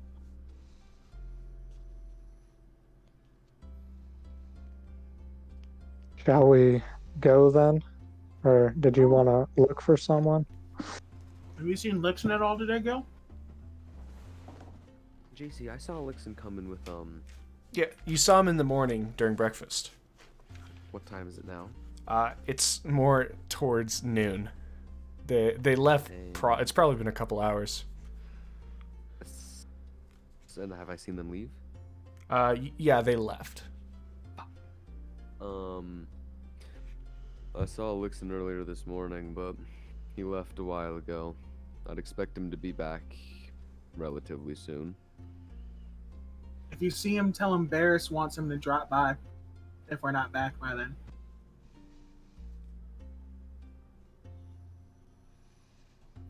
I guess. We'll be back. Okay. So if Gil's not following you, you two leave. Is there anything, because it's pretty much a done deal with Barris, you've already gone through the process. Is there anything else you wanted to do after getting the money from Barris? Well, are we taking it all at once? Are we taking it in payments? What's the dealio here? So, as you two get there, Barris will tell you she's amassed 75% of it. She has 30,000 right now. We can take pieces of it. And so just 10 for now, and then the rest later. She also remarks that if you want to, you can just keep it with her. She understands it's a lot of gold. Mm-hmm. A lot of platinum. Most people refer to it as gold, but yes, I am giving you platinum. Technically. Okay. Technically. We just need enough to make a down payment at the real estate office.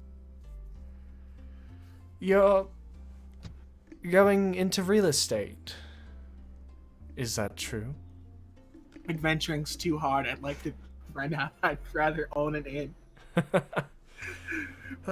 Can't say I fault you. We're buying a place to live. Mm-hmm.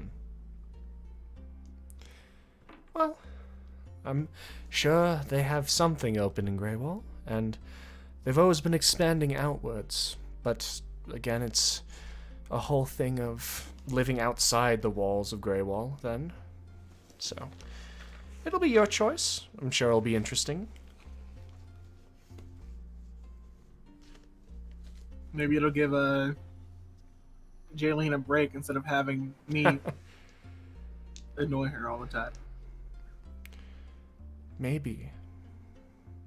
Well, for the time being, how much do you think a down payment would be, Barris? It depends on what you want.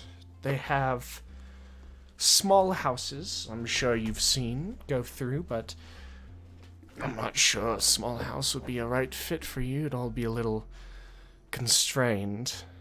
They do have the keeps that work their way, a couple small ones within Greywall, as well as some of the larger houses, and then they have the large keeps that are not within a mile of Greywall. Varies wildly. Guarantee you for the smaller houses, you should be able to just buy it outright. But again, might be a little small for your tastes. The best you could do is head over to the division, the real estate office. Yeah, the general ambassador of trade for the Greywall post office. I'm sure you know where it is. Mm-hmm. So, good luck, and don't be afraid to let me know where you live afterwards. Maybe I'll send you a housewarming gift.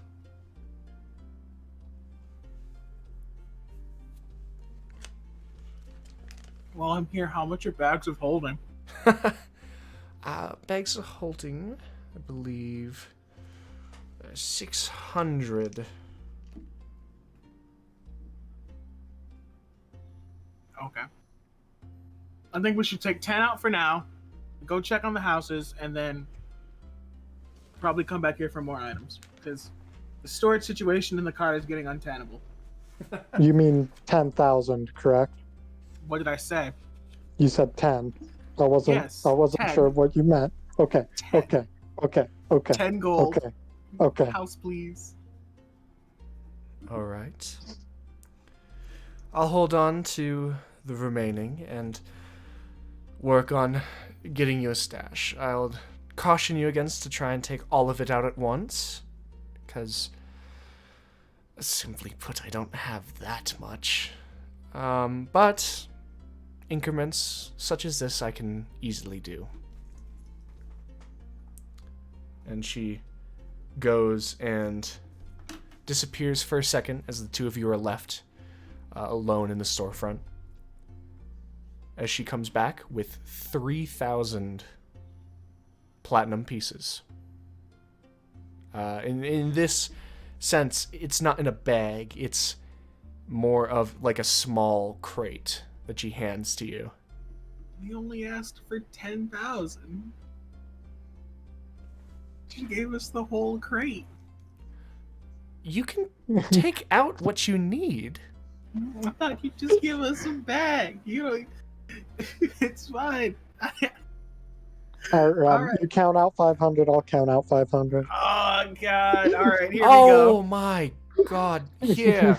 She snaps, and you watch coins begin to rise out and parse themselves, and then collect themselves into neat stacks.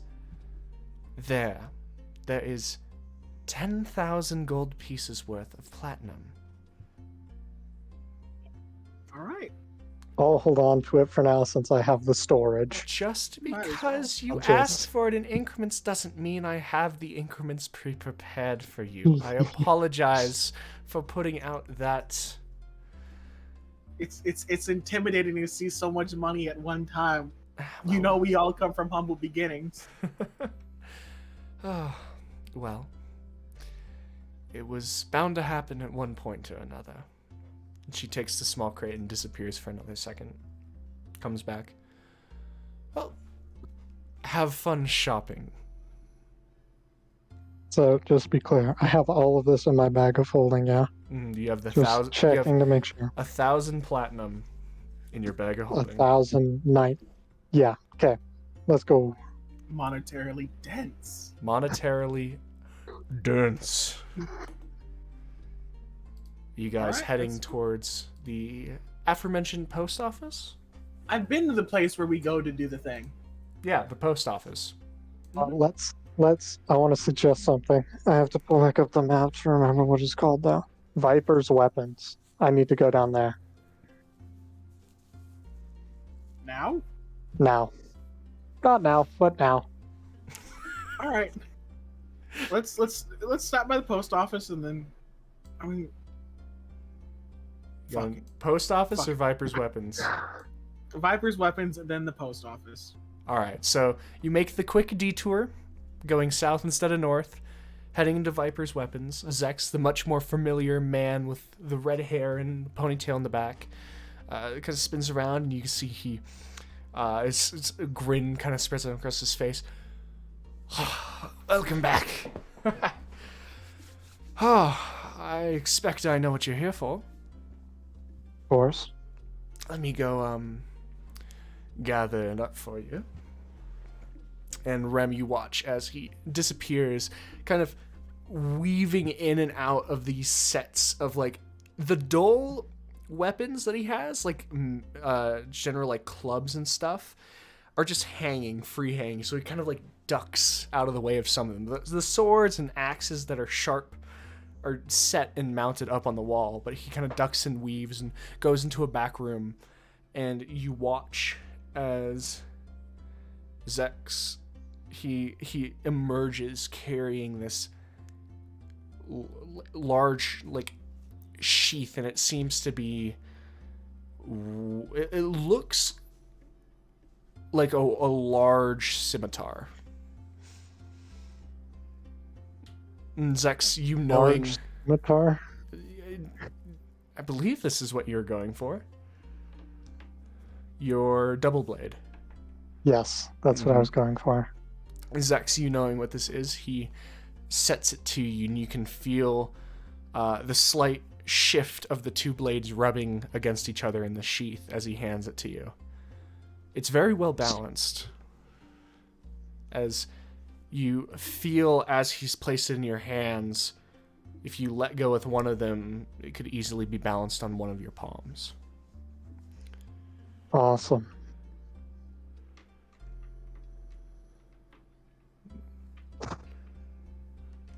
Can I examine the hilt? What's it look like? Sure. This was it's in general a large, and then it kind of thins out towards the edge with a large guard around it for protecting the hands. As it kind of splits out, you can see the seam where it actually splits into two, and it comes into a possible gem catch at the end where you can place stuff in. Currently, right now, it is empty and flush, and you can see it actually pushes in to just be a flush piece of metal.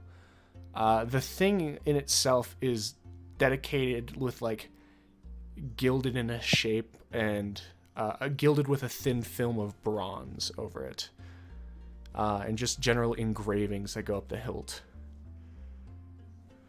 Awesome. This is exactly what I wanted. So I'm gonna go into my bag, pull out the other 100 that I owe, Mm-hmm. and give it to him. Pleasure doing business with you. And with you. And then we can go. All right. That small pit stop being made, you two now head into the post office of Greywall, which, as well as doing as its name suggests, Rem, you go in and seeing a familiar sight of the general plaque that announces which office in here is the office of Kane, who is known as Greywall, the realtor of Greywall. Someone told me to give Kane their name, and Kane would give me a deal.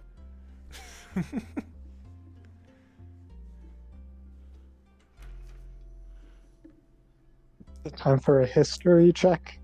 No, I have it written down. He has it somewhere, maybe.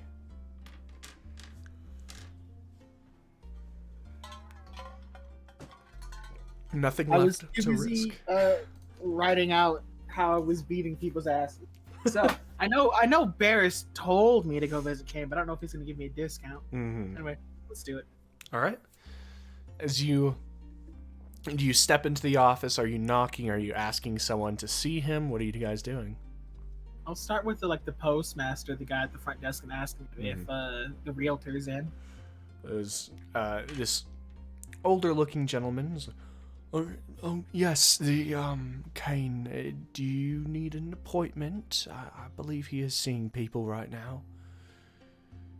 When's his earliest opening? He kind of looks for a second, grabs a small ledger, flips it open, and rifles through it. He's actually quite free today. I can go get him if you need. We're just here to buy property. We'll wait until he's done. All right. He gestures over to some seats.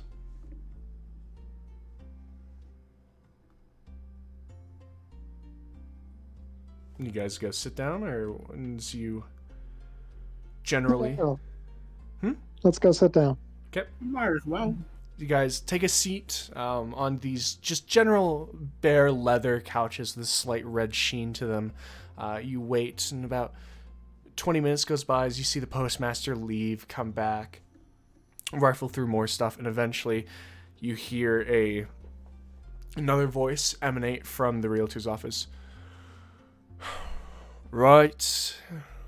Who am I seeing now? Please come in. And postmaster looks over at you guys and kind of go. And gestures over to the office. I'll get up and go. All right. As you enter in, you see a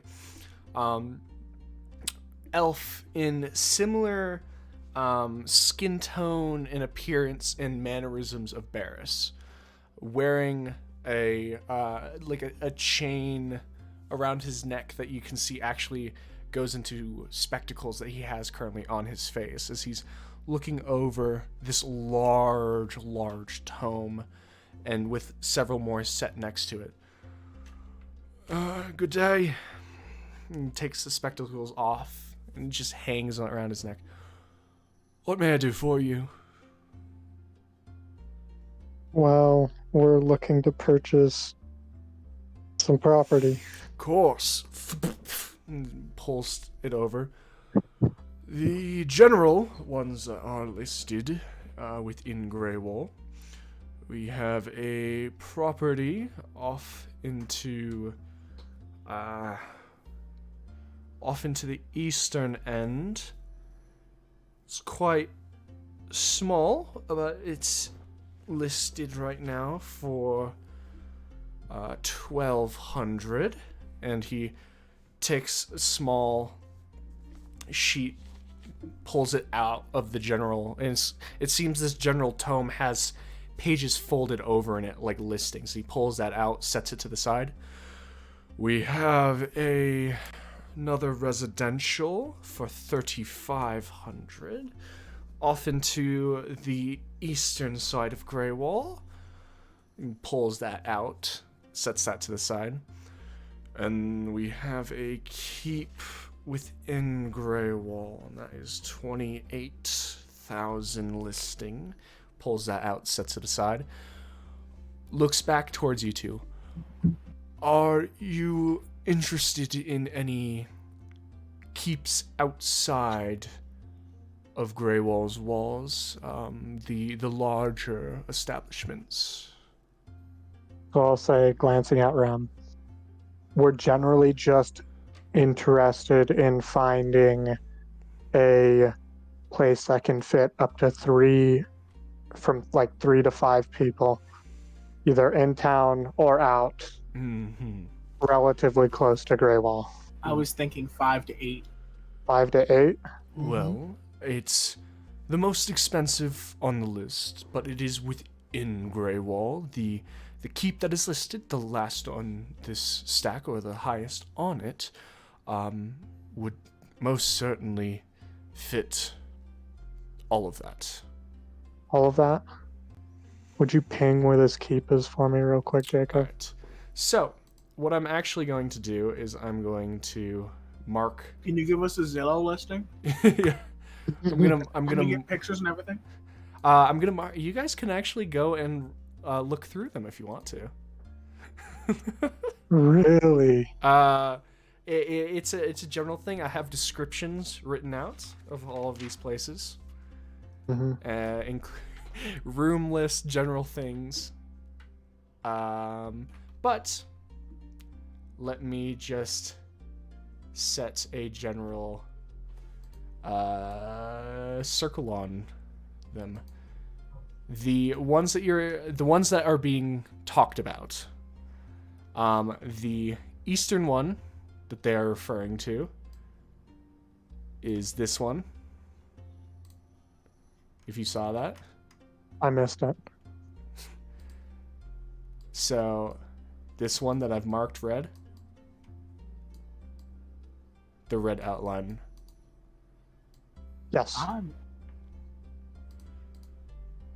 You doing okay? That's not fucking No, east. that's more west. No, that's That's that's the western one. Let me do the eastern one now. My apologies. The eastern one that he was referring to is, if you'd actually look as a reference towards the spectral allies, is this one. If you see that one that is now outlined in red. Yes. Shut up. Wait, isn't that the one that I walked in on the real Lixen and Kylene? Yes. That's it? Yes. And then the other one that I will outline as the keep is actually next to the Halls of Glory, which is that one.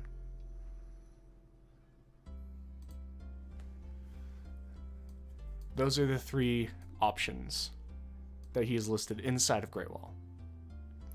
Cool. There are larger keeps and smaller keeps outside of Greywall. Generally, smaller houses aren't outside, but they are still options. So how much was it for the keep near the Halls of Glory again? You said 28,000? 28,000. And that's a one flat cost? Yeah. No property tax. Is there a property tax in Greywall? Should we know about this before purchasing real estate? Are we going to have to pay taxes yearly? He'll let you know, because there are For owning a house, you would be doing so 100 gold pieces per year.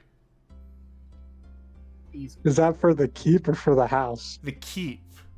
The Okay, houses. Good. The houses. Where are they? That is 5 gold pieces. Yeah, I think. Rem, you think the keep? I think the keep. That's hella fucking expensive though. Yeah, 20, but 28 is a lot. What's the down payment on this? What are some payment plans? Well, of course, paying it all at once is the general thing that people would do. But if you are going for payments, it would be a payment of you'd be paying in increments with a down payment of 10 and then increments of 5. So 1 increment of 10 and then 4 increments of 5.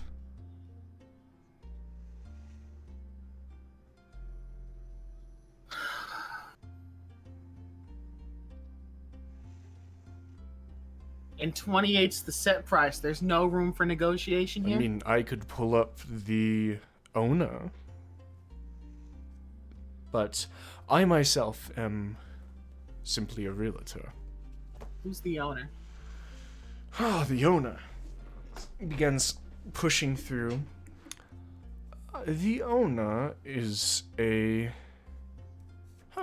is a man who lives simply owning. Interesting. It's a man who lives in Sabeline owning property. His name, Mortimer P. Sintra. Do we know a Mortimer? Uh, Didn't you guys meet a Mortimer in like session 2?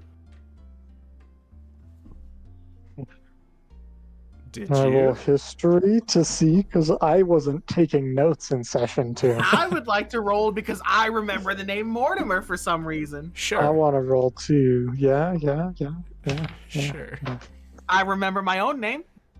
I might remember. I have to look and see what my history modifier.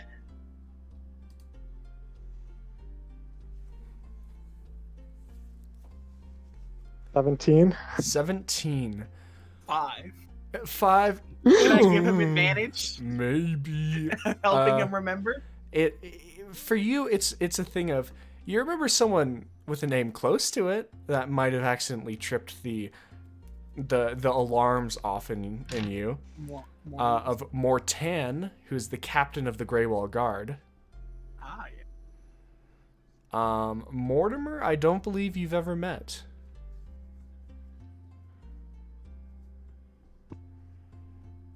Okay. It is in a far place, but technically speaking, there's nothing stopping you from going to him and trying to talk him down. However, that's just the price he's set for me, and I am not allowed to negotiate.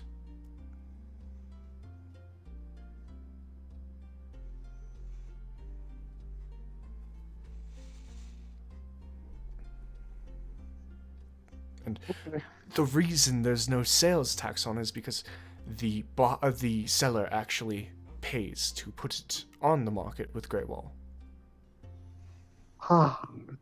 So he's paying to get rid of it. I'm sure he's making it back by a lot now. I don't know. I don't know what this Mortimer man does in Sabeline. You are welcome to go and review the actual place if you're interested. But this is the price that I am allowed to sell it to you for. I am not allowed to change it. You are welcome to ponder your decision for as long as you want to.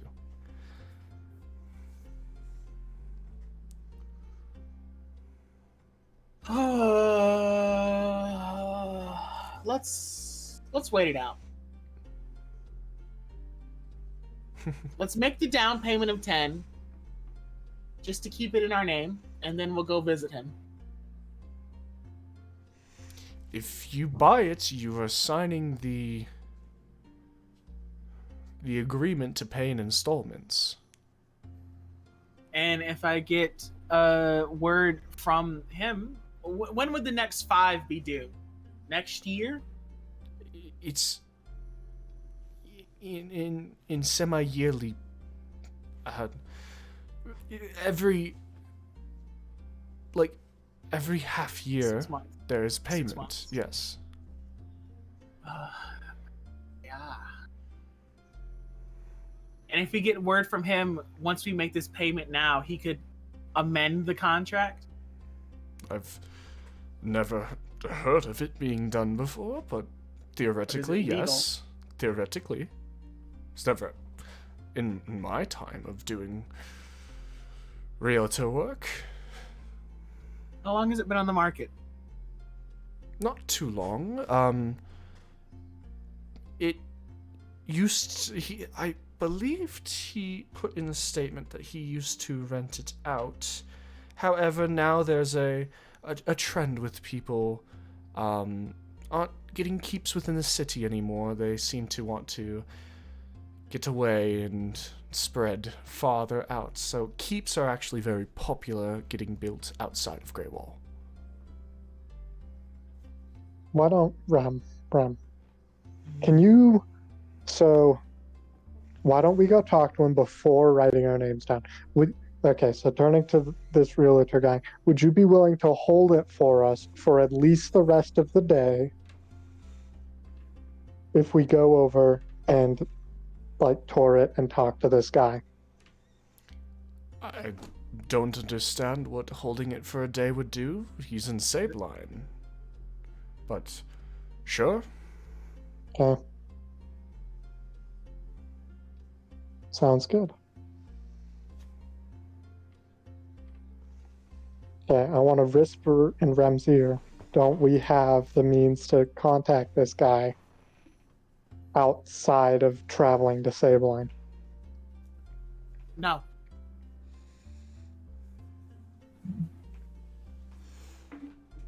We don't. Okay. We don't? Okay. We don't. Let me read the exact wording, but to my knowledge, we don't. Look, Zex doesn't understand how it works. It has to be someone you're familiar with. Yeah, you have to have met them once. You have not.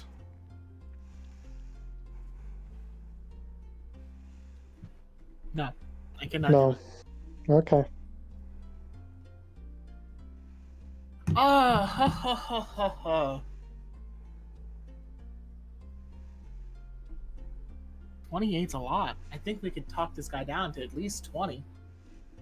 Probably.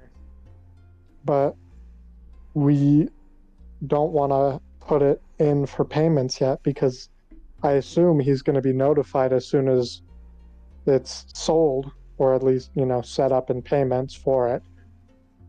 And so why would he negotiate down the price when he's already guaranteed to get the price he's already put out? How quickly could we get to Sabon and back? I believe you guys have done it in a week's worth of time. There and back? Oh, there and back. 2 weeks then. It took us with the cart. With the cart. Or the broom. We're not talking on foot anymore. We're riding in style now. That's true. It's a bit of a trip. Although the world map, please. How far from Dentor?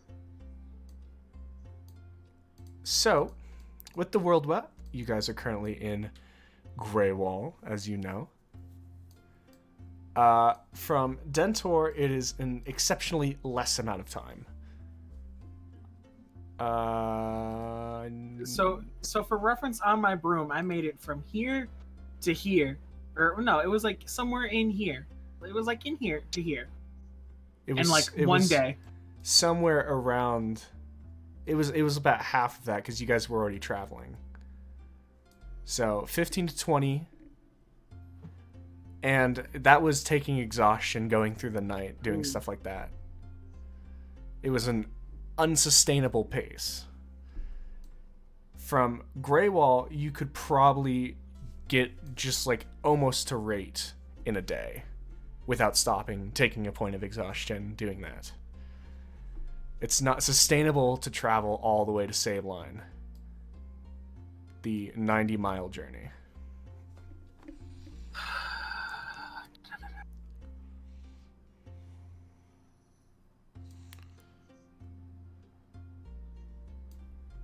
So Rem,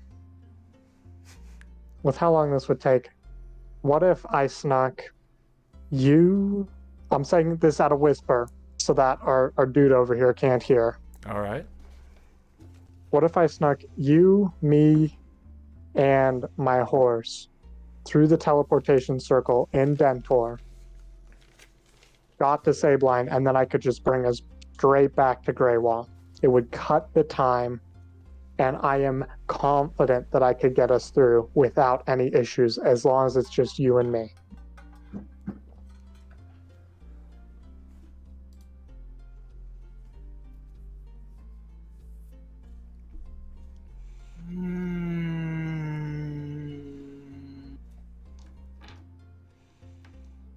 The issue being is we have to go to Foremount soon, so I'm not really sure if I want to get into this dude and negotiate with him. And he's like, hey, I'll do it if you go be fisherman for a week. And we're like, fuck, we can do that, but we're on a time punch.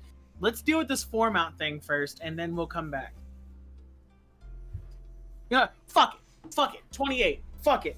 I don't get time for all this. Really? Yeah, fuck it. Really? Yeah, fuck it. Are we okay? So we're still whispering here. Are we paying it all at once, or do you want to? It's very possible that he's hearing that. Fuck it. Whisper. Fuck it. You guys whisper for a second and then just whisper. Do we want to pay it all at once, or do we want to wait? Let's do installments. We'll start with the day. Well, let's go tour it first, and then we have enough with us currently to do the down payment of 10. Mm-hmm.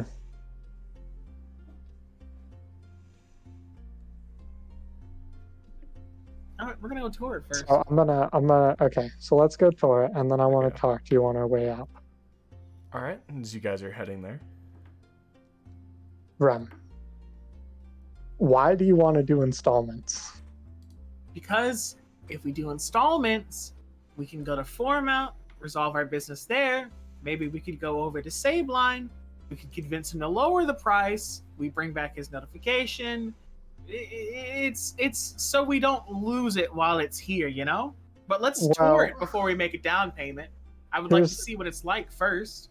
Here's the issue, though. If we do end up purchasing this, then he is going to get notification that it's been purchased, period. That's how this is going to work. Why would he lower the price when he's already guaranteed to get a higher one? Aren't you convincing? Sure, I suppose.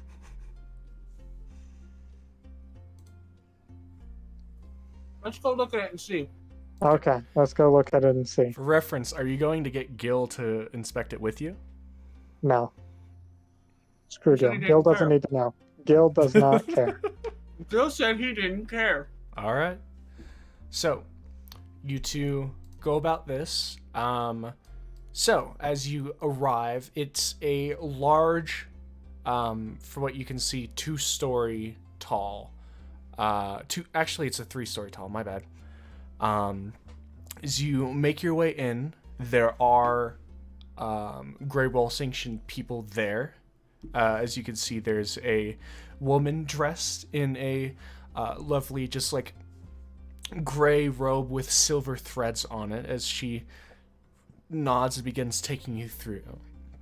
She points out the beginning common area as it opens up into a large, like, circular room with just Think of it as like a general almost living place, a common area, where the floor itself has been lined with stone and then with wood placed on it. A rug has been put there, and you can see a stone fireplace. As she leads you to side areas, there is a kitchen pantry on one side, and then to another side there is a general like storage room. As you head up to the second level, you can see a small like workshop, as well as a general like smattering of bedrooms. You can see that there is 6 actual bedrooms in this place on the second floor. The size of it allows for them to all be they're probably about 20 feet across each in width. It's probably like a 20 by 15 room for each of the bedrooms. They're quite good. These general bedrooms, none of them are furnished, but they could be used for something else. A general thing that comes across for you guys is a lot of these places haven't been furnished. As you move up to the top, you can actually see that there is a type of green room where you can grow things, as well as general open selection next to the green room that is made for collecting rainwater. Further up here, there is a open spot where it appears to be another like large, general large room. You're not too sure what it could be used for, as it's completely empty and unfurnished, but there's a number of different things. The lady says to you that she believes when this place was last used, the party before used it as a library. And then as you guys go back down, there is a basement. And the basement is a lot more simple. There is a cold storage in the ground for meat, alcohol, wine, stuff like that, which is empty.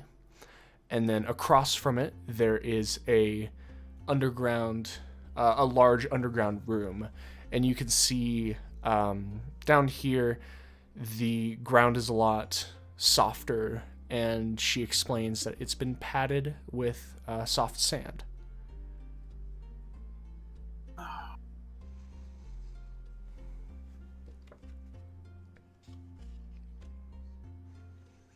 There are plenty of rooms, and I will draft up not just a list that I have here, but just like a legitimate floor plan for you to look at. But that's the rundown.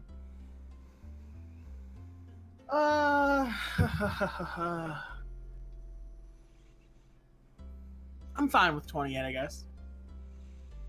Flat out 28. Doesn't matter if we lower it or not. I don't think lowering it's going to do very much. 8,000, you don't die with the money. All right. Okay. Just to note, I might have missed 2 extra empty rooms on the 3rd floor. But that's just more bang for your buck. Awesome. All right. So with this, what are you guys doing? You going back and just paying it all? I'm sending another sending spell. Okay. To who? Darren. Okay.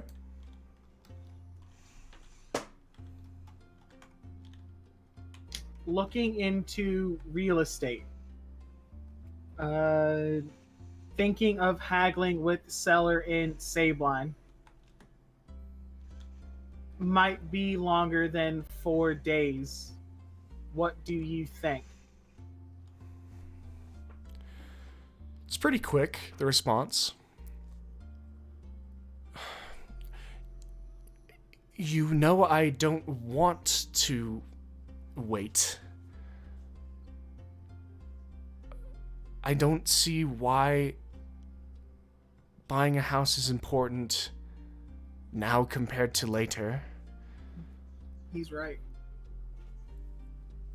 All right, let's just pay the 28. It's fine.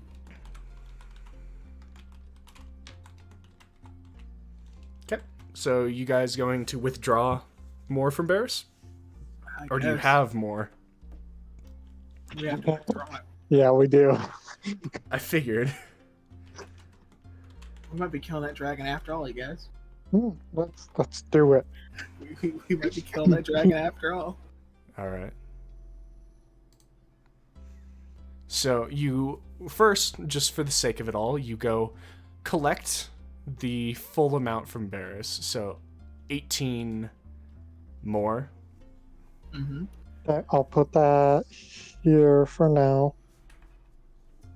Okay. So there is 12,000 gold worth less.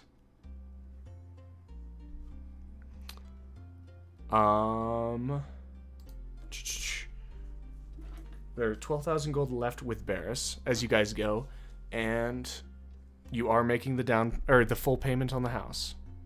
Yep, fuck it. Yes. All right. Do it. Go. As you go, he takes and signs a slip of paper and puts it out. I need someone to sign for this. I got it. I'll sign it. No, I'll sign it. I got it. I mean, there's co-signers. There's 2 names that go on this. Both sign if you want to. Should we both sign, Rem? I'll do the first signer, and then you can be the co-signer. That's how these things work. You get a co-signer, so if we default on payments, you're gonna be like, hey, I'll make those payments, and then you take it. Okay, whatever. Okay. So you both sign, Mm-hmm.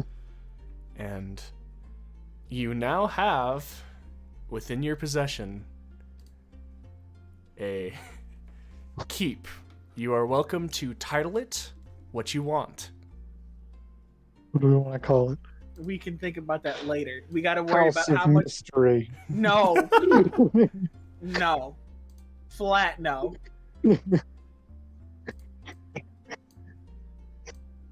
We'll worry about this later. We need to worry about how we're gonna furnish it. And the card has to get fixed, and we're leaving soon.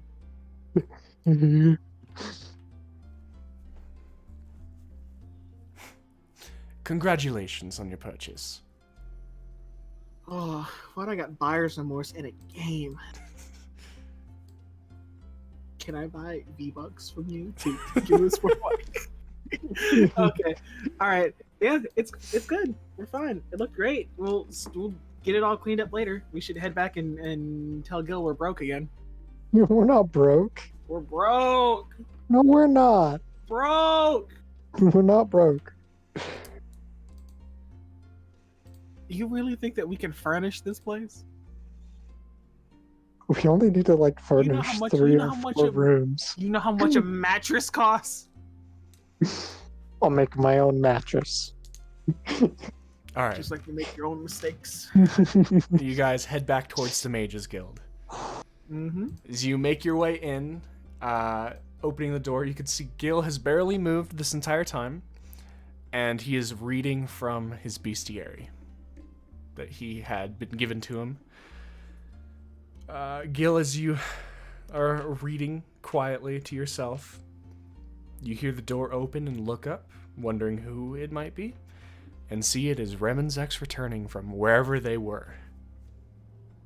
And I'm assuming in this time I never saw Elixir. Nope. Let's go. Excuse me? Let's go. 2? You want to see the thing that we bought, yes or no? Is this the real estate you were referring to earlier? Yes. Call it the House of Mysteries. Close his We're not book and calling it the get House up. of Mysteries. All right. You can show me. Let's go. All right. So, as you head over there, you can see it is right next to the Halls of Glory. As you make your way there, Gil, it is a 3 stories tall, dark stoned keep. As you make your way in, hopefully you were listening to the list, because I don't want to go through it again, as they take you through each of the places. The one notable thing is the guard and the realtor assistant is no longer there. Okay.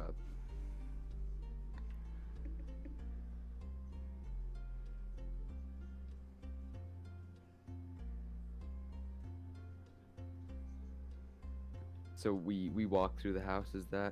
They're walking you through the house. As we're walking through, I'm gonna ask. So how much money did you spend on this? All of it. We're broke.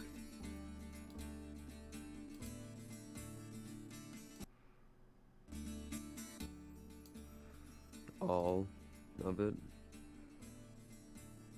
3/4. A little less than 3/4. Not enough to furnish the whole thing. 12,000 is what it leaves us with. 12,000 what? Gold. Gold.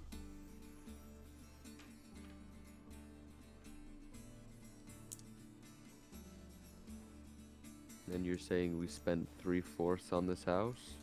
Don't do the math. It was 28.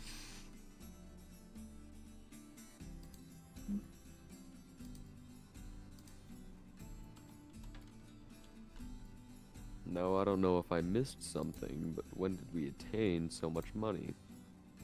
He didn't know about the scroll. So you remember when we went into that Temple of Lightning? I got my cloak and stuff. I went through a box and I found this super rare scroll. We sold it to Barris. I'm assuming it was of very little importance to us. Relatively speaking, we get more out of the money than we would have got out of the scroll. That's all I care about.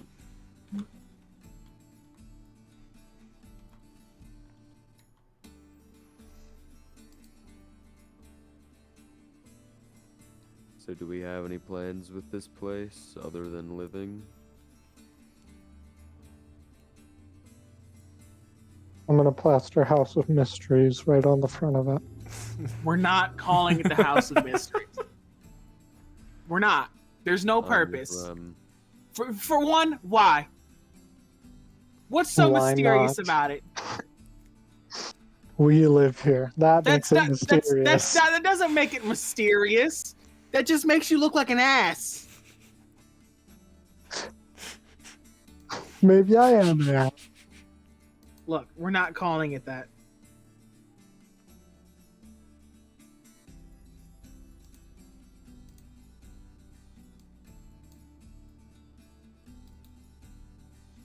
We're not. Why?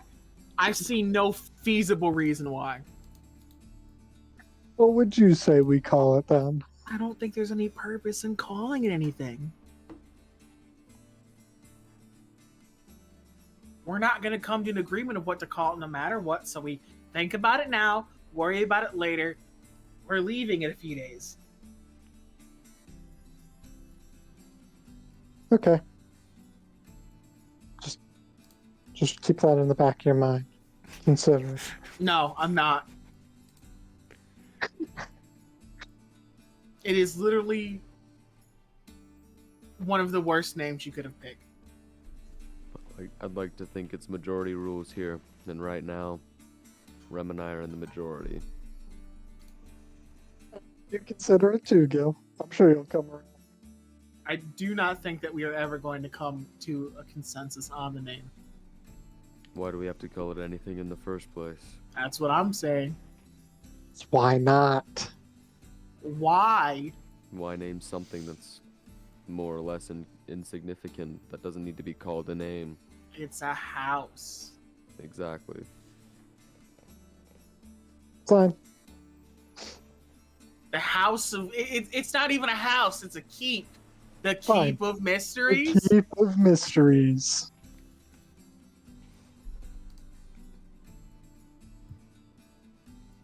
No. Full stop. Up to it, I'm sure. All right, let's fucking go talk to Jaylene. Okay. Yep. So the three of you make your way towards the Mages Guild, where Jaylene spends the majority of her time. As you all head back through to your formal place of residence. Oh no, we're still living here. Yeah. We still live here for right now. Yeah. Informal place of residence. Jaylene's behind the desk. You can see her. She's talking with someone who you recognize as Tara. As Tara's back turned towards you, as the three of you kind of step through, she hears, turns around, smiles, and slightly nods, and turns back towards talking to Jaylene. As you pause, about a minute passes, they finish up, and Jaylene hands something to Tara, and Tara puts it in her or stuffs it into her long, like there's a pack next to her actual sheath for her sword that she clips it into, and Tara walks up the stairs. And Jaylene turns towards you three. Hello. All three of you are together. That means something's happening. We bought a key. There were a lot of things you could have said right there, and that is one of the more surprising ones. Congratulations. What else could I have said? You're going somewhere. You've done something without me knowing. You've need to find some. There's a lot of things you could have said, Rem. Well, we bought a keep. We are going somewhere. See, there's that part. I was expecting that part. And we had a fight, almost made a mess. I killed Gil. You wanted surprising. Never mind. The keep's normal. We bought a keep. It's across from the Halls of Glory. It's not furnished yet, and we spent almost all of our money. Okay. It's in this moment I realized I don't know how much a bed cost. I've never bought one. Well, I'm sure that you can get it furnished quite easily. It's be about either you could hire someone to do it for you, or just take a day out of your time to get it. But still, it's an achievement nonetheless, and deserves to be congratulated. Congratulations. You don't seem sad that we're moving out. I'm sure you'll be around just as much. You just won't be sleeping here. Eventually. I'm sure you'll still be sleeping here. You don't strike me as the type who would willingly sleep on the floor. No. I figured. Not anymore. At least not when this one. I said prefer mine colder. Willingly. There's an option. I'm sure you'd select the bed rather than the floor. Well, you said you're off. May I ask where? Form out. Interesting. It's a long, complicated, awful story. Then I won't inquire. I'll trust you know what you're doing. Aaron's coming with us. No, he's still up in his room. I assume you don't need me to go get him. Are you just letting me know before you go head out? Before we leave, Gideon, the stable master, did he leave anything here while we were gone? Yes. A apprentice of Gideon's came by and was asking for you. Says that your carriage, something about it. Just basically asking you to swing by. All right, I guess we'll do that before we settle in for the day. All right.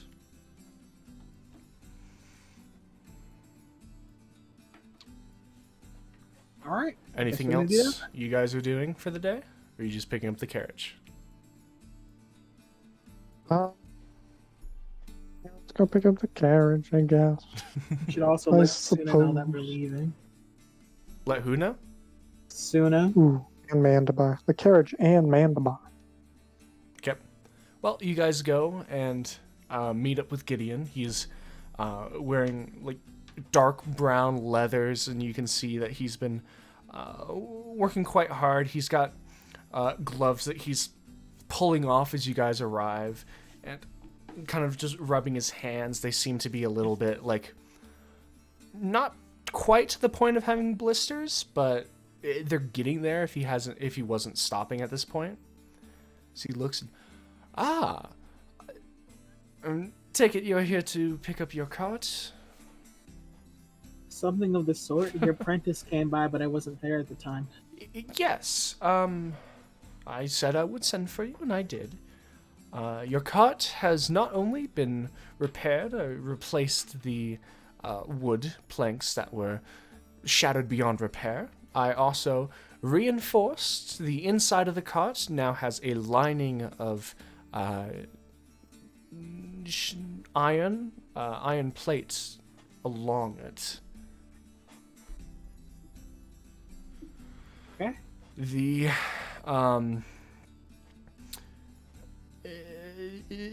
reinforcement process was definitely interesting, but I do think your cart would be much stronger now.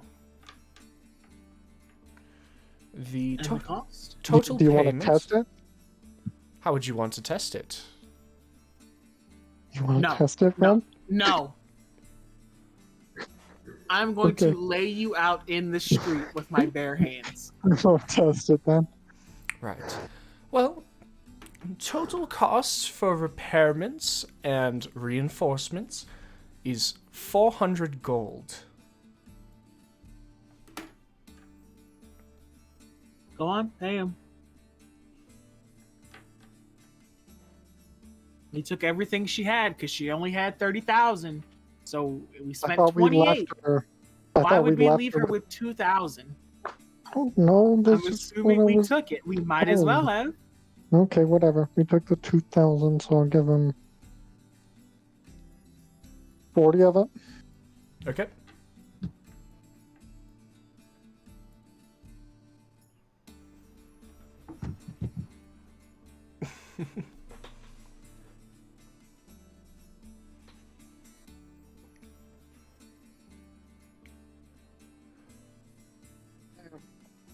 Are you saying you took the rest of the 30,000 that Barris had? Yeah. Mm-hmm. Okay, so eventually she'll have the other 10,000. Someday. But she warns you she didn't have all of it. She had most of it.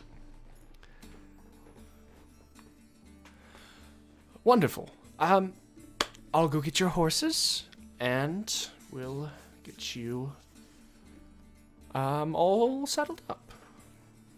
And so, cart is settled up. Zex, you have your horse. And you guys make your way back to the Mages Guild. Nothing else to do for the day?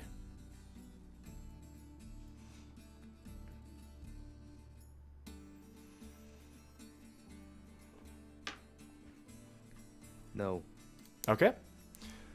With that done, the cart, reconciliation, money transferred, and a keep bought, you all bed down for the night.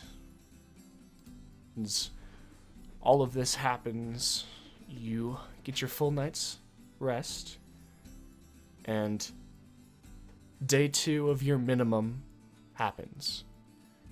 Is there anything you guys are doing today, or are you leaving? I think we've got everything in order.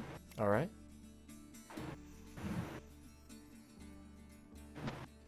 So, general things you need to know is you collect Suna and David.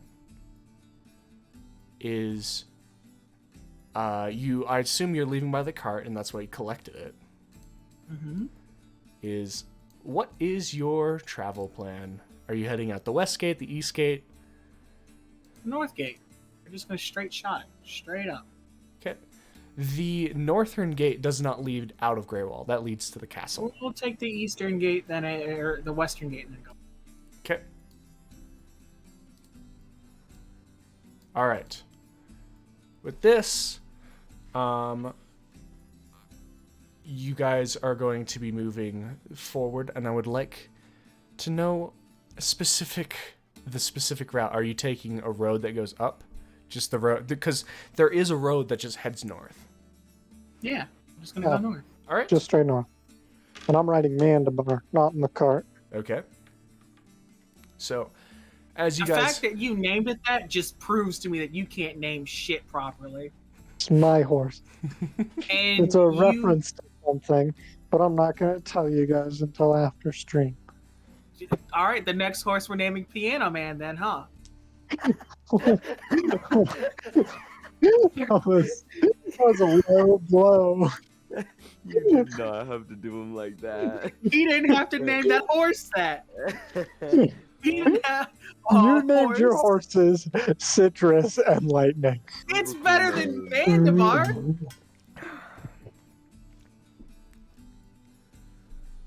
All right. With this in place, the 5 of you begin making your way upwards. The plains first clear heads into farmland as you guys begin to go up, with eventually you guys moving through, seeing spotted towers going through of probably those keeps that you've heard about. They mostly go off to the western side, and as you go north, it dives into more spotted farmland of people who probably ranch, people who do that. Cooler than ours? Hmm? Are they cooler than ours? Make a perception check. 19. Are they cooler than ours? 19. The keeps themselves, as you're looking, you can see the fact that they have like towers that come out of them. If you think towers are cooler, then I guess so.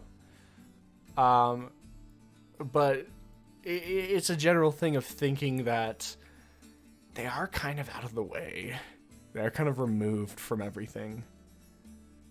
People have to come to them, or you have to go to the city. There is no, like, easy jaunt. It's half a day's journey just to fucking get anywhere. Yeah. And is that really worth it? Is it? It might have been worth about 10,000 gold, yes. As you guys begin making your way up further, it's just morphed into complete farmland. As you see fields of general corn and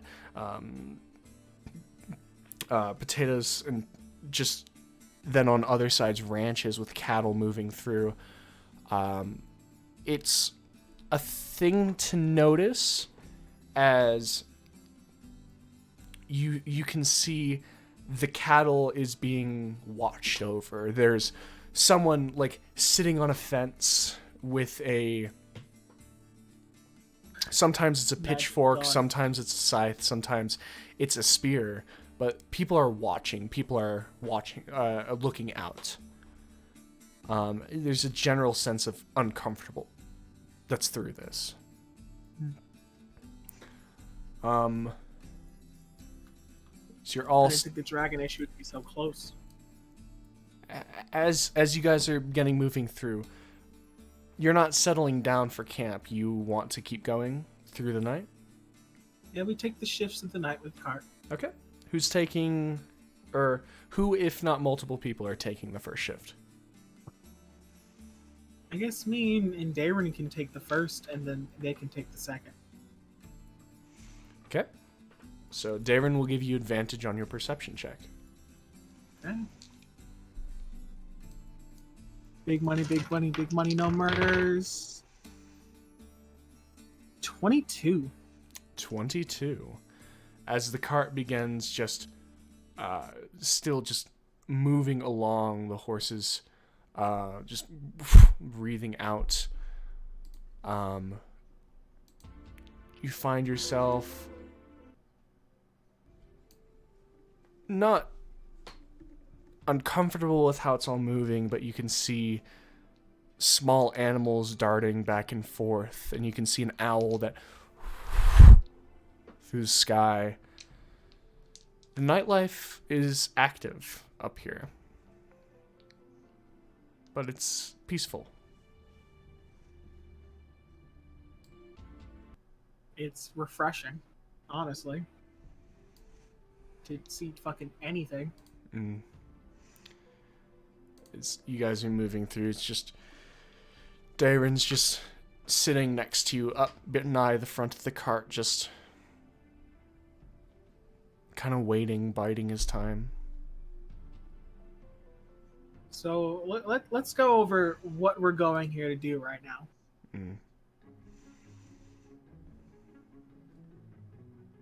Okay? Okay. You're going in. You're checking on him. Yes. It's going to be an hour. Sure. And then we're leaving. All right. All I need is an hour. To extrapolate on that, it will be in the forge for an hour. Nowhere else in town. One place. Okay. I appreciate you doing this, by the way. I couldn't tell you why I'm doing it. Even when I told other people I was doing it, they looked at me like I was crazy. Yeah, well... And I believe them. I'm sure I'm the crazier one between the two of us. To run into something like this, probably, but it's, it's a measure of, that it's dangerous, but you don't know how. I know that it's dangerous and how, and continue to go. But it's good you're in such high spirits. I believe the last time I saw you, you were in an unpleasant state. I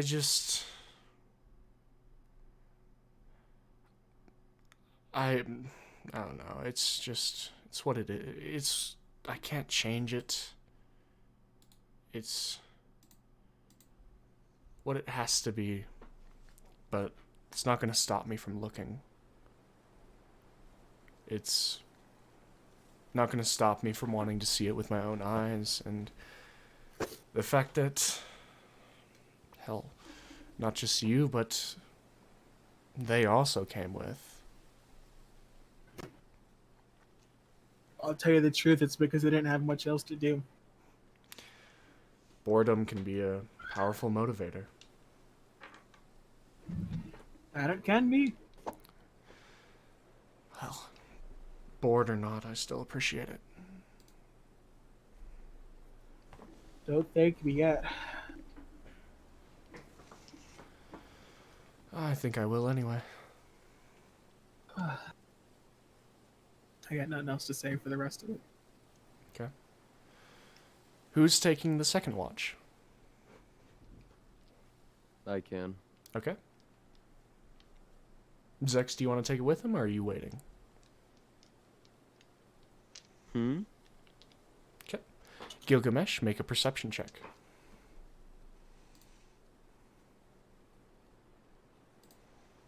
I would love nothing more than to finally roll a dice after 3 hours of playing. You decided to not go. Look, we've done this before. You didn't want to go to the fucking office.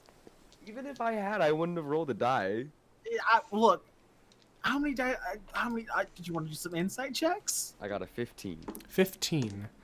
The sound of the cart trailing forward, calm, as you all just, you can feel your companions just kind of shifting in their sleep in the cart that's just moving forward silently.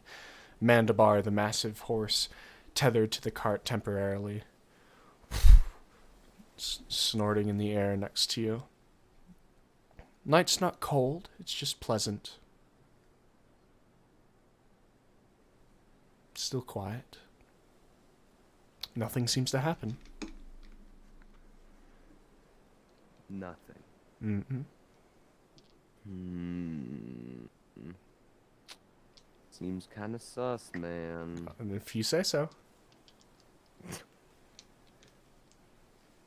Okay. Is Zex or Suna taking the last shift?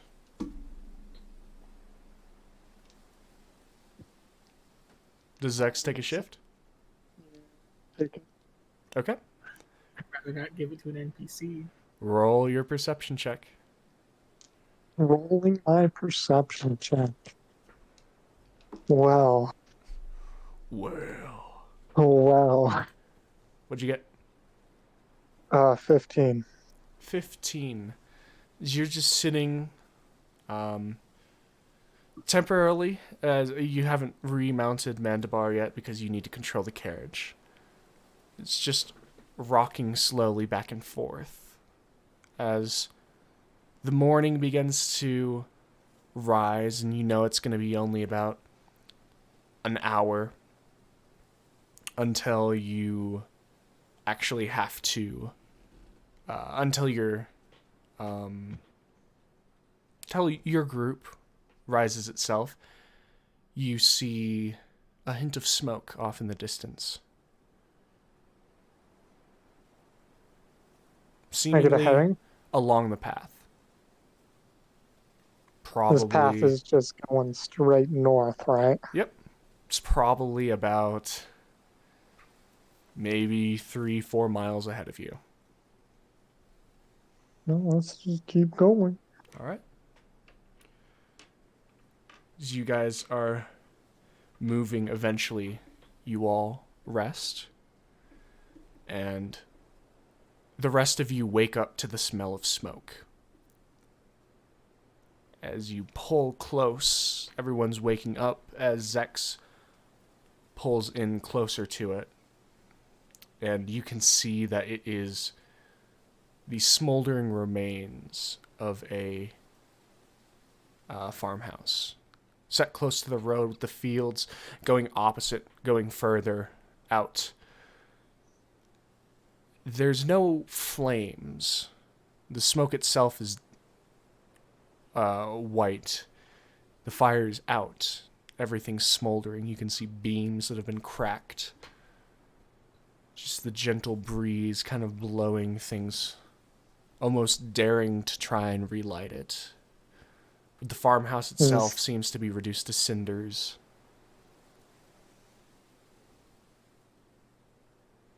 Everyone else awake? Everyone now is in the process of waking up. You I'm can gonna go all get smell the Rem. smoke. I gotta get Rem. This is a problem. This is I the think I know dragon. what did it. Yep. So why Is did it you a come ship? over here? Because I didn't think it was a dragon until just a second. If you see smoke, that means what? And I'm gonna gesture to the 3 people he woke up with this. If you see smoke, that means what? I don't know. Fire, cinders, maybe a campfire. Who knows? Fire. That's a Fire, lot of fire, smoke for a campfire. Oh, it Oh, could have been a that's really forest odd. fire too. I want to pull out my the dragon contract and start to read verbatim. North of Greywall. North of Greywall. The dragon contract north of Greywall, there has been spotted sightings of a red dragon. Size has varied in reports, and it is to be expected that farmers exaggerate what has been reported to up to a 60-foot wingspan and as low as a 40-foot wingspan. total gold given by the crown sanctioned for killing of this dragon. Where did that go? I believe it was like 20,000. 20,000? Oh, I marked down 12,500. Was it I 12,000? remember 8,000 for some I reason. remembered 10,000. I will find that real quick. And then plus, the horde is left to who kill it. The horde is left to whoever slays the dragon. Yeah. So, Zex, which direction do you think we're heading right now? Well, I don't know. I couldn't tell you. Get back in the cart. We're heading north, and it's fine. We'll be fine.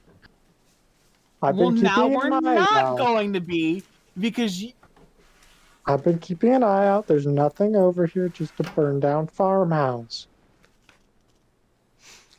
With this now, you guys are probably like 200 feet away from the farmhouse. We're not moving. We haven't been moving the whole time. The moment the smoke started. After the smoke woke you guys up. Yes. The moment that I saw where we were going, I stopped this immediately. Okay, the Red Dragon contract, Gil was correct. It is 12,500 gold. Ha! We are not dealing with this. I don't even know why you brought us over here. Because this was a road we chose, and this is in the direction that we're supposed to go. This is not on the road. It is. The farmhouse is slightly off the road, but the general road he was traveling up north, which you guys are still on. I have not taken us off the route that you put us on. Then keep going. Fine. Oh, I have no business with this. I didn't even take us down. Let's keep going. All right. As the cart begins moving forward again. Are you moderately less mad at me now? Barely. As you guys move through, you guys can't help but look towards the smoldering building of the farmhouse. You can see the main structure. You can see beams that have survived and are kind of propped up, but it looks like the house itself was set alight, the roof then collapsing. I would like... Everyone can make a perception check. That's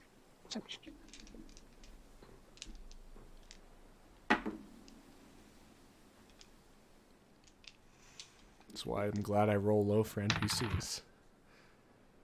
All right. Let me know what you got. 18. 18. 23. 23. Girl. 19. 19. It's easy to see where the smokes come from and the general feeling of unease that comes through it. What all three of you pick up on that makes you even more uneasy is a ways out into the field. There is a large stain of blood along the tilled soil. Dried, not fresh, but plenty of it that has been scattered over the soil, slightly moved in, and then hardened. Other than that, you don't see anything living, moving.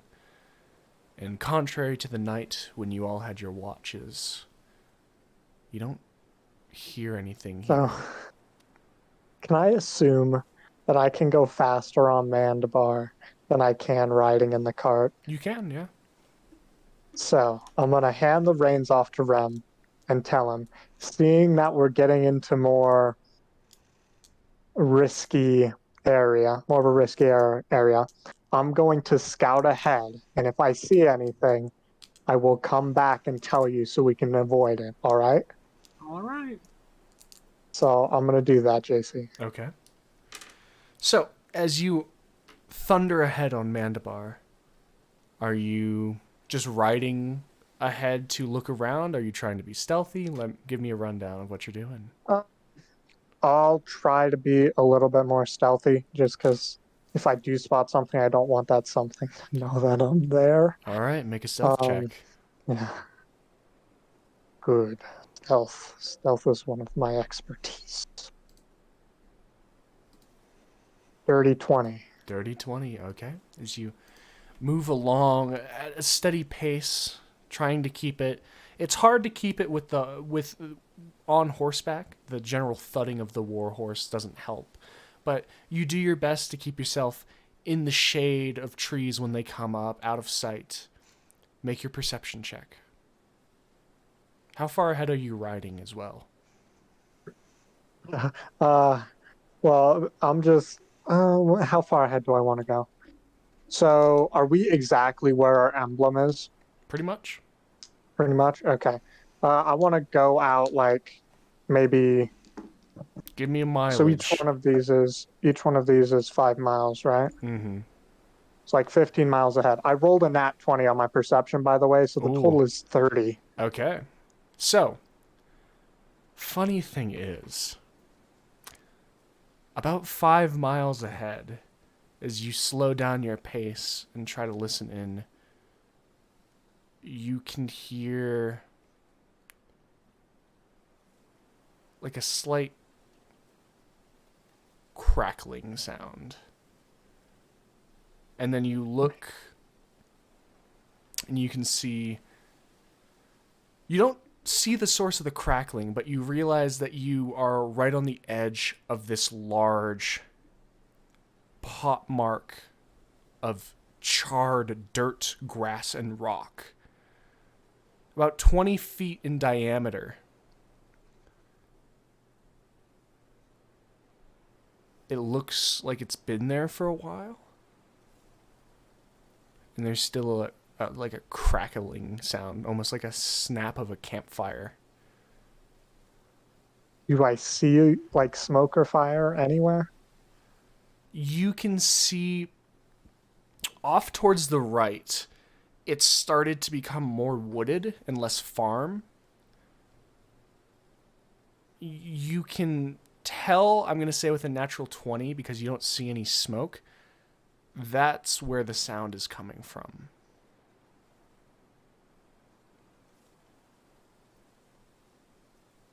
Okay, so I'm going to go off onto the other side of the road and I'm going to say into my ring, Rem, there's something crackling off on the right side of the road or about 5 miles ahead of where you guys are.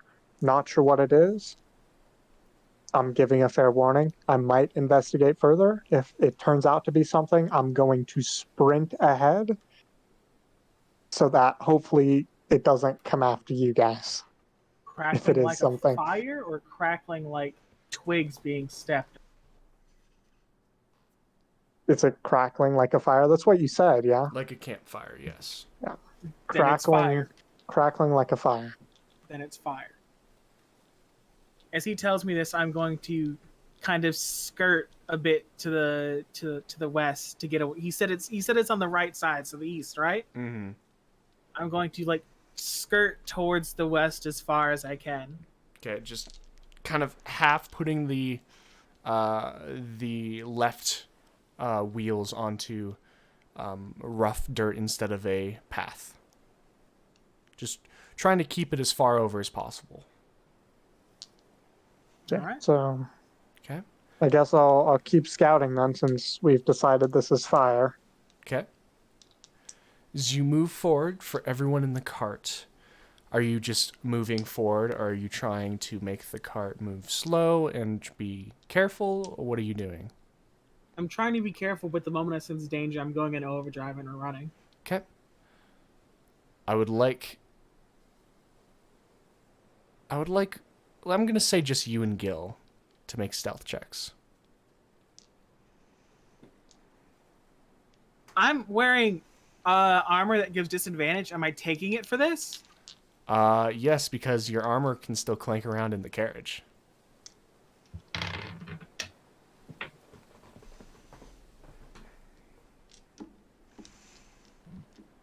I'm gonna use the age-old "I'm too big to be stealthy" excuse. I got a 9. All right. I also got a 9. Okay. Oh no! Oh no! As you guys are moving through just the general thing, you're trying to be slow, you're trying to take your time, but it's a cart. It's not the best, and the horses are winning. You're trying to calm them down. It's only making it worse. Just the general thing. I would like both of you to also make perception checks. Oh no!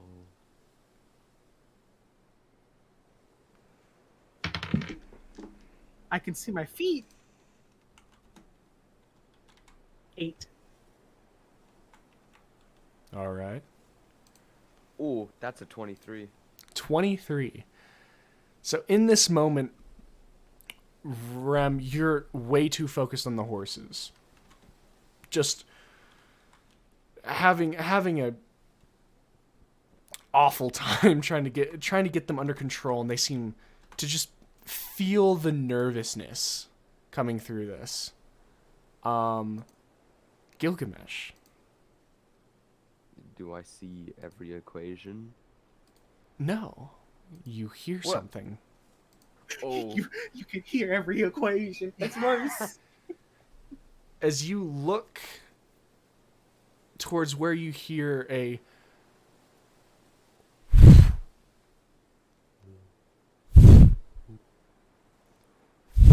you can see far above you, possibly 200 feet, a form, red in outline, moving through the sky. Zex, you god. I rolled a nat 20 on perception. You were also moving ahead of them, and Exactly. your stealth didn't attract anything. This is completely not my fault. As you look up, it's hard as it's far away to ascertain how large it is. However, highlighted against the blue, you can see the contrast of red. Is it looking at us? You're not sure. Okay. As the cart still moves along at a steady pace, you can still see it just overhead, the wings moving across, and then eventually starting to glide. Glide ahead, glide down. You just see the wings flapping and then not. I'm stopping and I'm turning around. Okay. And I'm going to cut into the fields. Okay. As the cart stumbles off the edge, you watch as it turns to the right, does a slight bank, and then starts to dip towards you. I would like both of you to roll initiative. No. No, we woke Darren and Suna up. Yeah? I'm rolling initiative for them too. Everybody's awake. Whoa. I'm same. What? Same. I'm in the same mood.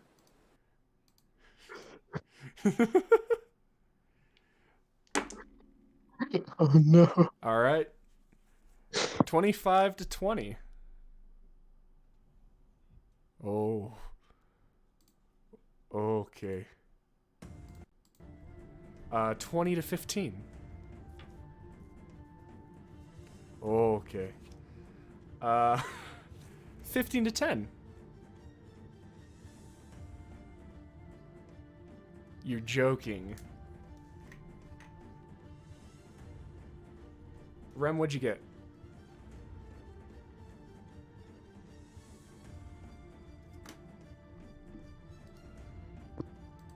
Rem? Gil, what'd you get?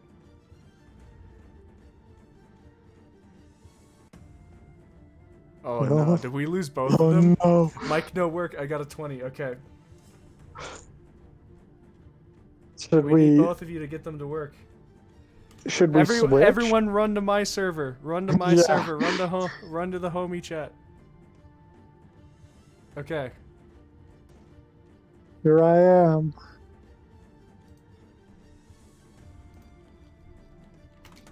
Run to my server. Am I alive? Yeah, you're alive. Okay, I got a 20. Okay. I forget. Hold on, wait. Nope, still a 20. Hello? I'm here. There we go. See, my server just works. It's good. It's good. All right, Rem, what'd you get? 17. Wow, you guys both got better than everyone. I was just like, oh my god, Darren's gonna be the highest with a 15. Okay, Gil, you are first. So, we're rolling initiative on the dragon that is 200 feet in the air, correct? Mm-hmm. Now, Because you were Casey, watching it start to dive towards you all. I'd like to ask you a question. Mm-hmm. What do you think a melee-based character can do in this situation? Anything? Nothing. Oh,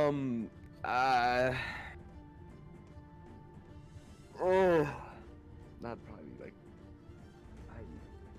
Do I have? I still have a javelin. Don't attack. We're running. We are going to die. Are we running away? Is that what's happening? That's what I'm doing. I'm not dealing with this shit. Could be fun though. Nah, I'm gonna click my heels, right? Okay. Being the pretty girl that I Mhm. am. And I guess I just it would be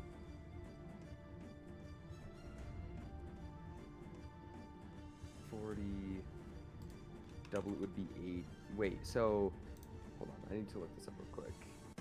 If I dash with haste,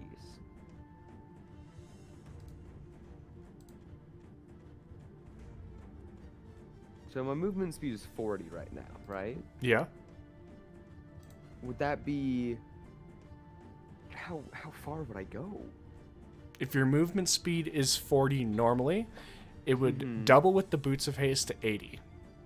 Mm-hmm. So if you dash with it, you could go 160. God, I just fucking out of there. In accordance, if Rem makes the cart dash, they would only move 100 as the cart moves 50. Mm-hmm. Where is Rem in relation to me right now? Right next to you. I'm gonna just look over to Rem and just say, should I just book it? That's what I'm doing. I'm gonna dash my 160. Okay. As you watch, Gil hops off the cart and just gaining ground on the cart. Rem, it is now your turn. Oh, I'm just dashing with the cart, you know? All right. 100 feet away. As you watch as Darren's just kind of holding onto the cart as it's moving, looking up. He's he can't really do anything. Neither can Suna. Neither of them have the range to deal with it.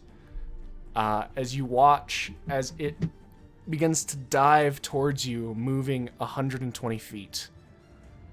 It is now 180 feet away from the cart. Gil, are you still dashing? Of course. All right. As you begin moving your way through the field expanse that you guys have kind of moved off on, you can see abandoned crops, grain, equipment as you just move your way through. Rem, I assume you're dashing as well? I am. Okay. Cart is 280 feet away. As Darren's moving. Nope. Suna's out of range again, and it moves. Can I use an ability right now? What are you trying to do? I'm trying to do divine intervention. Okay. Oh, divine goddess, hear my prayer. Save us from this beast. Roll the 10 percentile dice first. I can't do it. It's at 60. All right. As you clasp yourself, you try to start praying, as then the reins themselves, as you're still holding on, pull you forward as the horse panics over a bit of rough terrain, and the prayer doesn't seem to finish and lands on deaf ears. That's all I got. All right. Is going to move closer, so is now 160 feet away. Gilgamesh, your turn. I'm just gonna keep going. All right, make a perception check, Gil. Do I see the small pebble that I may trip over? The answer is yes, I see everything. 21. 21. As you look, you can see a small shelter shack as the farmland begins to peter out. It is one turn away from you, about 80 feet in total. And it looks to be intact, not burnt, and a possibility. But 80 feet away, there is this shelter. Rem, it is now your turn.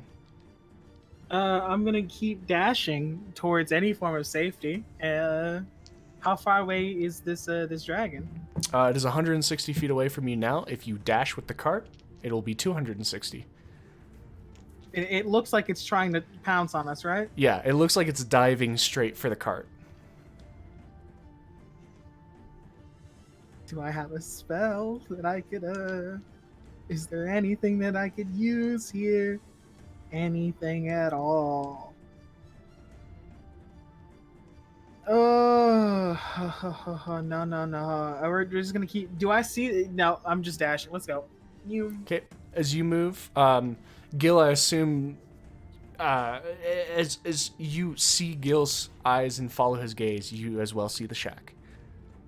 All right, we're going towards the shack. Okay, as you dash with the cart, it is now 260 away. It will dash itself to swoop in even closer, as it is now 140 away.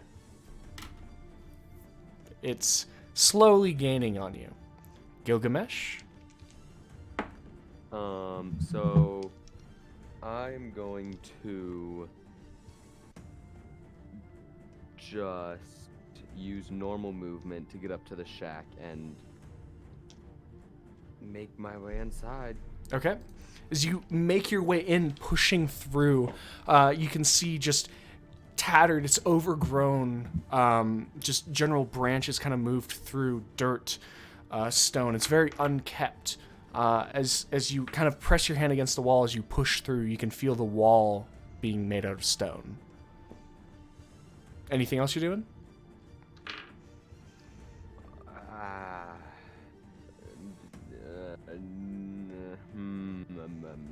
No.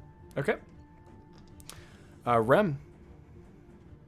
I'm gonna get to the shack too. Do I have to dash to do it? Since Gilgamesh is faster, yeah, you would have to move, dash to do it. All right, let's do it. All right. As you move, the cart begins moving up to it. The cart itself will not fit in. Are you diving out of the cart? I'm diving out of the cart, but like I'm loosening the horses. Okay. As you begin just loosening it, the horses scatter. That's fine. Darren and Suna are going to jump in to the shack as well. Mm-hmm. And then the creature moves in closer as it is 120. You're all now in the shack. Gilgamesh, what are you doing?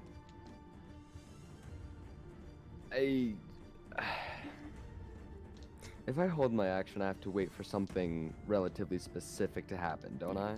You can hold it for a trigger, yeah. Or can I just hold it and then tell you I want to do something? Yeah. Oh shit, I'll just do that. I'll just hold my action until maybe something might happen. Is there anything specific that I can go off on? Like, if the dragon gets like noticeably close or loud. Okay. Is this to swing your axe? Are you holding a javelin? I'll figure it out when it happens. Just let me know when the dragon gets close. Darren is going to just glance out. I can't get anything from it. Suna, being the only person that can do something, is going to reach up and cast Eldritch Blast. As it makes the 120. Natural 20 on Suna's part. With one of them, and 17 on the other. Yeah, both hit. One's a natural 20. Natural 20. That is 18 total points of damage, and the other one 3 points. So 21 total points of damage as the green blast hits the snout of it. You can hear the roar of just possible just escaping heat, not even a guttural sound coming from its throat. With that, Suna ducks in, and you watch as it thuds down on the ground in front and shoves the cart off to the side, as you can hear the wheels kind of grinding against the ground as it's pushing. It's trying to make its way into the door, but that's its turn.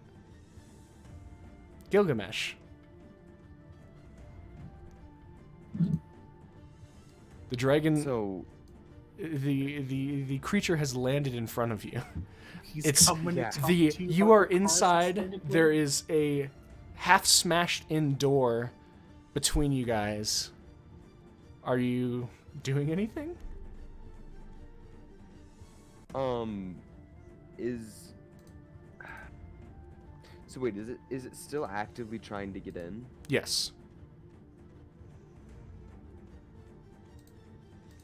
How exposed is its neck? Right now it's mostly the head, and also as it's right in front of you all, the first thing you notice is the creature itself is not massive. It's not much bigger than Gil, actually. Wait a minute. Hold on. Hold on. It was hard to notice as it was charging towards you to evaluate. The thing itself is too big to get through the door, don't get me wrong. But not that much bigger. As this realization comes to you. Gilgamesh, what are you doing? Can I take a quick glance at Rem and see if I'm allowed to start killing this thing? I guess. I don't know. It doesn't look like any dragon I've heard of. What can I, of its face, what can I see? Can I see its eyes? Yeah, you can see glowing yellow eyes, small embers, and the mouth itself perpetually seems to have a campfire within it, as the snout is peeking through the door. But I can't see its neck. Nah, I mean, you could try to push it, muscle your way out there to swipe at the neck. No. That's more than okay. That's fine. I'm going to bonus action rage. Okay.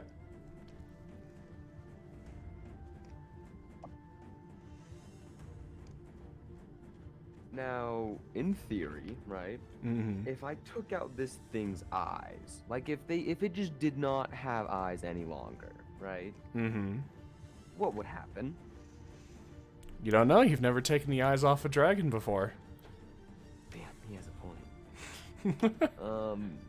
I'll take out my great axe and take a swing at its eyes. Okay. Roll to hit. I guess it's not great axe. Sorry, great sword. Great sword.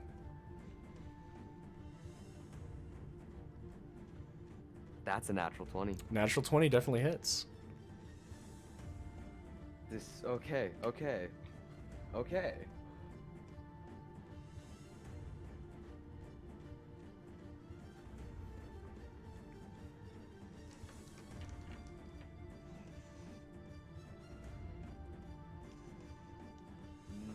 19 damage.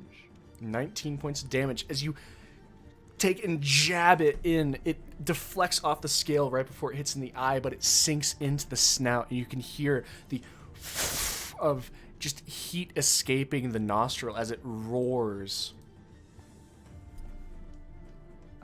I would like to take my extra attack. Okay. If it's still here, that is. It's still there. That's its first mistake.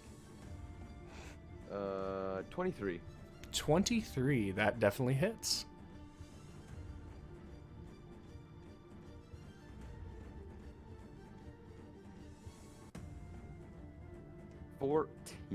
Damage.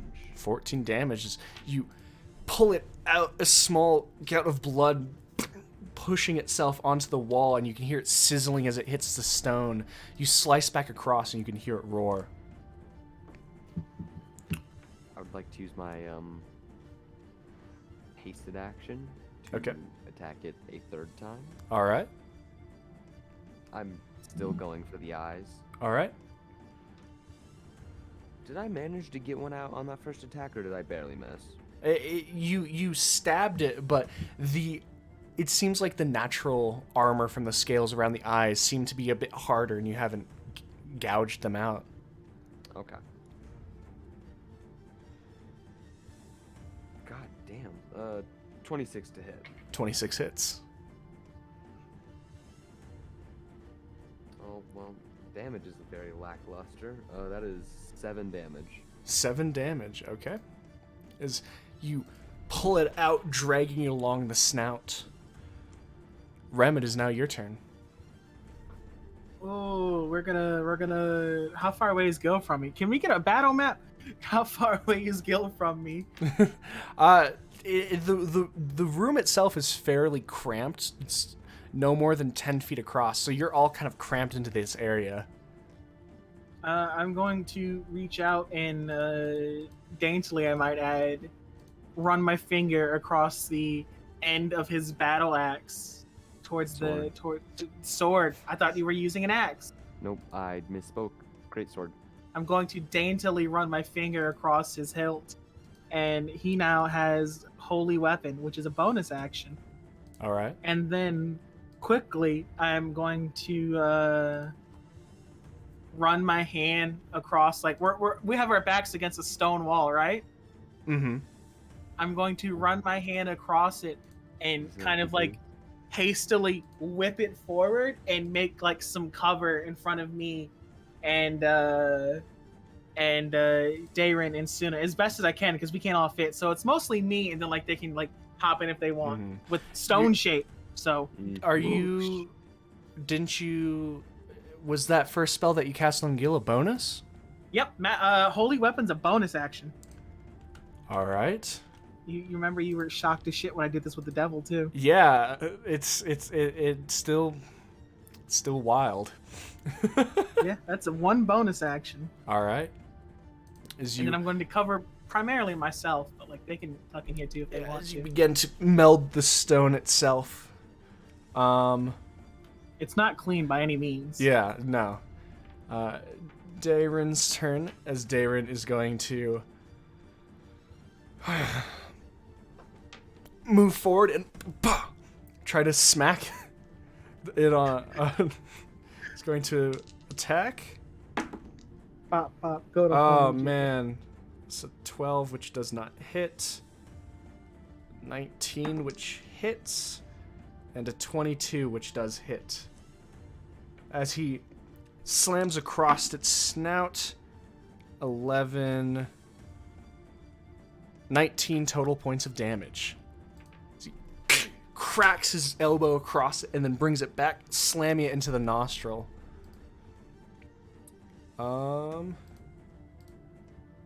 That is his turn.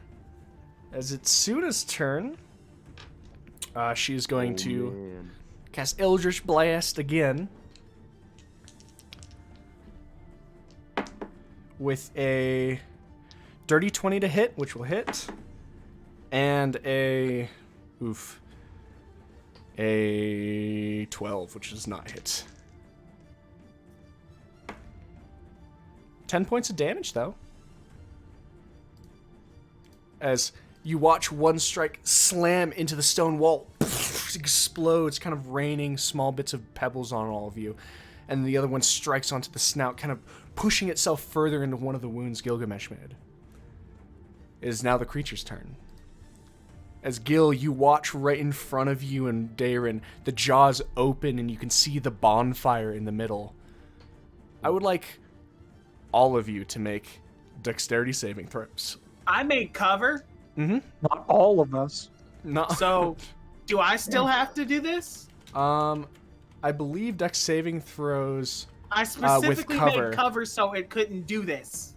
With cover, I believe it just adds to it. Let me check real quick. I'm completely covered. It's a 5-foot thing. I'm 3 feet tall. I'm completely covered. Oh, because you're using stone. No, meld stone. Stone shape. Stone shape.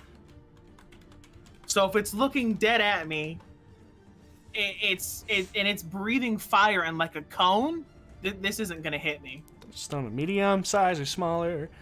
Weapon idle coffee makes small passage along the wall. Okay, everyone but Rem. Would you possibly consider this to be something that I am able to see? I say you can see that. You can see a lot of it. Sounds like advantage to me.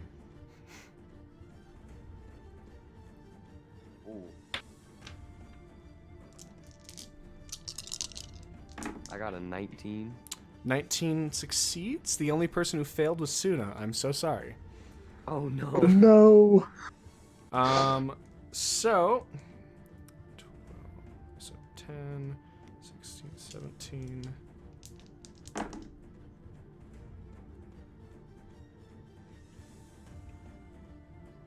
$27 is total points of fire damage. That is halved to 13 for you, Gil, and Darren. As it covers the entire place. Rem, you feel the stone that you melded in front of yourself getting hot to the touch, protecting you, but no one else. I said they could kind of tuck in if they wanted. No one took the opportunity. Not much. I'm not saying it's much. I don't think I would have let them. And then it pushes back out. Gilgamesh and Darren have an attack of opportunity if they want it. I would love nothing more. All right. Darren misses. God, Darren, you bitch. Fucking useless. Ooh, I might not. 18? 18 hits. Yeah! So wait, it's an extra 2d8. Radiant damage. I mean, Suna should earthbind this thing. We might be able to kill it. Oh. Not me. I don't get to. I mean, we're being murdered right now, right? No one told me anything. I'm like 5 miles ahead of you guys, maybe more. We told you shit's fucked. Like I told you I was turning it around. We were talking when it happened. 25 damage. How would you like to kill it? You're welcome. Okay, just to preface, I rolled like almost max damage on this. You're welcome. Is it just like pulling its head out? You're watching as the snout retracts and the wings begin to as it's starting to take off. I'd like to grab onto its snout and just stick my sword roughly in between where its eyes would be. Like just a rough guess of just through. As it begins pulling its snout out, it stops and jerks its head as you reach out with your left hand, grasp onto its snout, flip the greatsword around, holding it within one hand. putting it and actually anchoring it into one of the slices you had made previously in the snout, pushing onto the back through the pommel. You just, as you hear the wet sound and look up to see that it's gone through one of these golden orbs of their eyes, as the entire form, the sound of crashing as these massive leathery wings slam into the ground. The snout itself falls out of your hand, the greatsword still buried halfway into its eye socket as it hits the ground. Silent. So I'm going to go out on a limb here and say that this was the red dragon north of Greywald that a contract was for. I don't think so. If it's not, then it would be a drake, I think. I think it's a drake. Because you said it wasn't much bigger than I was, did you? No, it's not. It's about 10 feet. Not even that. Maybe like 8 or 9. Darren kind of steps out and looks at it. The sword is shining bright light right now, so he can see it clearly. Hey, Gil.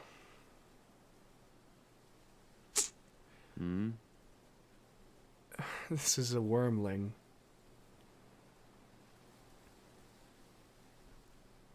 It's, you remember on that really shitty day, when Tyron and I came back from the Fighters Guild, or to the Fighters Guild, said hi to you, and then we almost fucking died? That was a fun day, right? We were fighting wormlings north of Greywall. This is one of them. It's a little bit bigger than the average wormling, but you can tell, and he moves out to the back, which, by the way, none of you have been able to see the back very well because, it's facing you. Mm-hmm. There's a small, spinal structure kind of jutting up, and it's very uncharacteristic of a stereotypical dragon. This is how you identify them. Also, the fact that they are small. The main advantage they have is it's really hard to tell when they're up in the sky that they're not dragons. Oh, I'm gonna be sick. Oh. An ounce of caution is worth a pound of care. How are you planning on getting the horses back? I'm going to go outside and attempt to reel my horses back in with a mixture of my speak with animals and animal handling.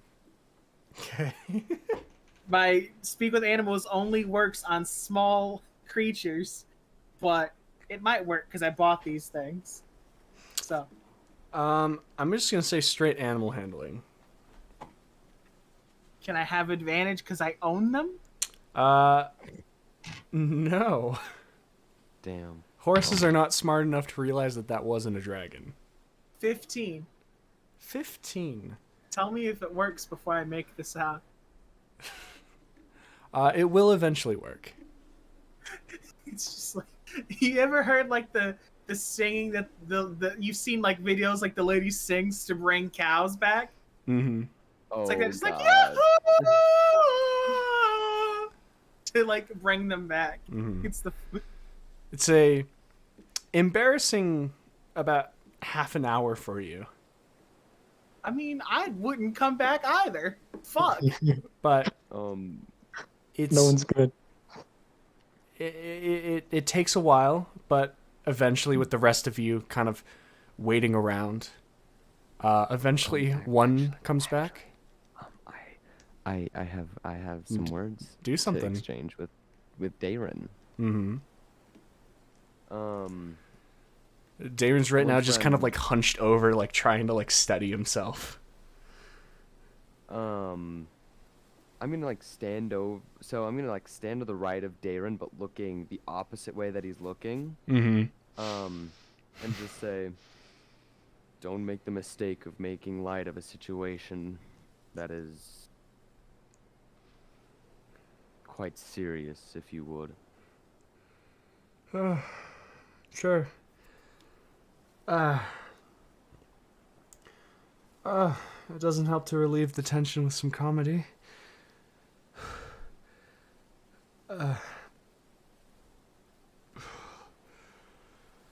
Just don't do it again. And I'm gonna turn around and leave.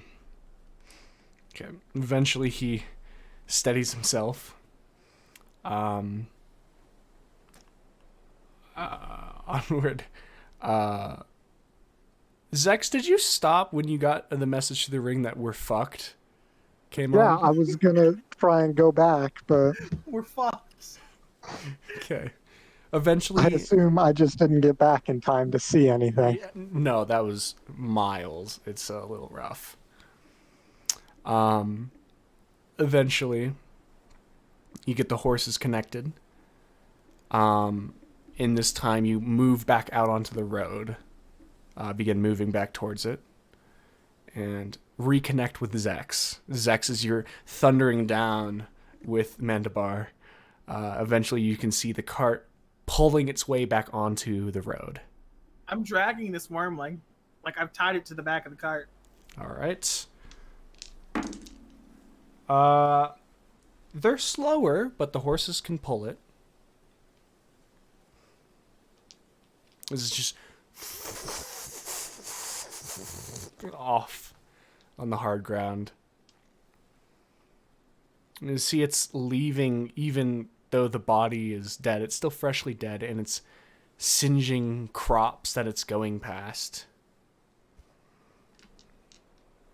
In Zex, you see the sight of a cart, a slightly singed party, and a seemingly miniature red dragon being pulled dead along the back of the cart. Wow. What the fuck happened? We had a tea party. What do you think happened? Why are you dragging it? Because I plan to sell the damn thing. Do you want to, like, sell parts of it, or you just want to sell the whole carcass? I might sell the whole carcass. Okay, whatever. Do you want me to keep scouting? I think we should head back. Why? Because I don't think it should be prudent to keep taking this path. If we're gonna go, I think we should leave from the western gate, separate ourselves from the road, and do something, we're all on the main map, something like this.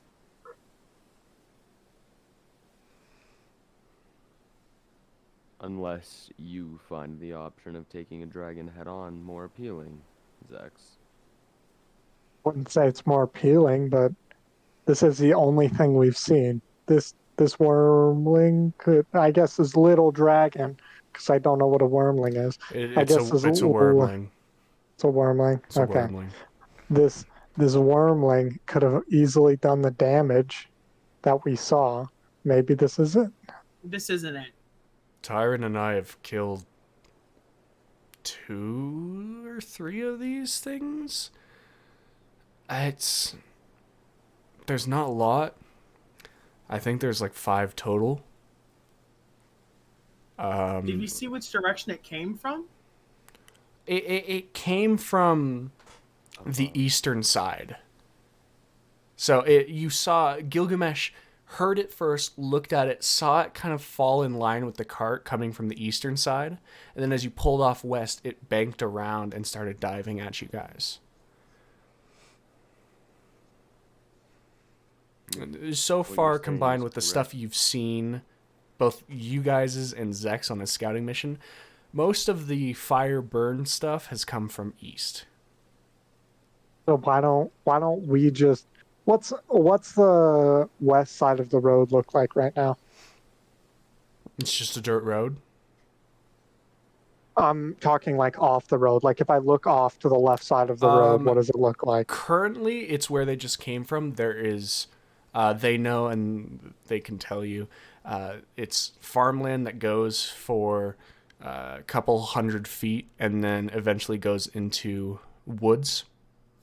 And you know from looking at your map that you're actually not far from the Dungeon of the Storm. Hmm.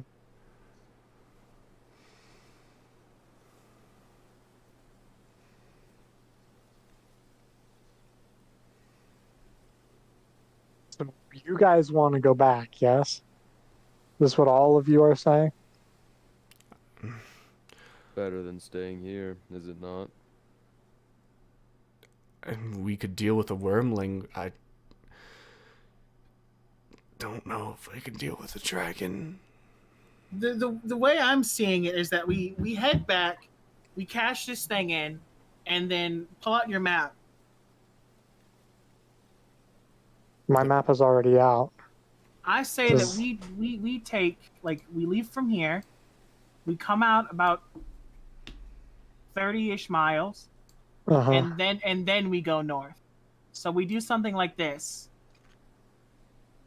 It'll add about a day or so to our travels, but it's better than doing this again. Do you think we would have to do this again? I guess you guys. There are, as they say, at least one or two more of these on top of the actual dragon. I mean, the actual dragon must not be too old, though. It accumulates more wormlings as it ages, but seeing as the number is so few, it hasn't aged a terrible amount. Either that or it's killed the ones that it doesn't like. I'm out of my depth. This.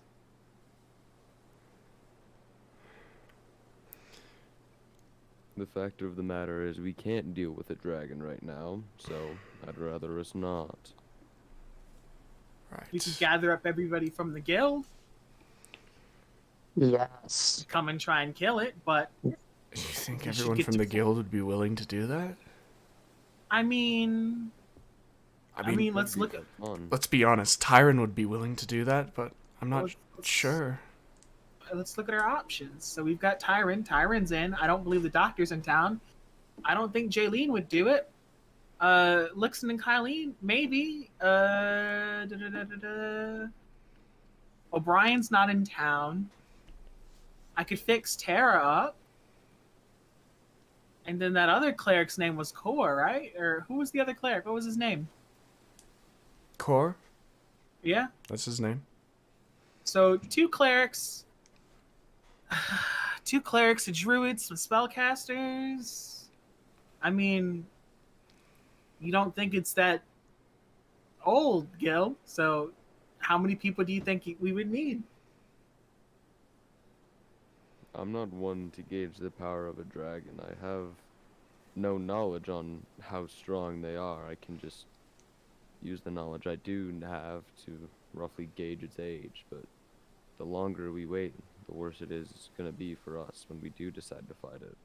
As far as I know, there are no dragons in my homeland. I have no clue. Well, if you didn't want to sell the body, I'd just suggest heading out west immediately, but I mean, you're dragging the thing, so... I mean, we could leave this here. Someone else could come pick it up. It makes no difference to me. I mean, I know, you know what I want. I just want to get there, but I understand. It's not. We had a bit of a rough time.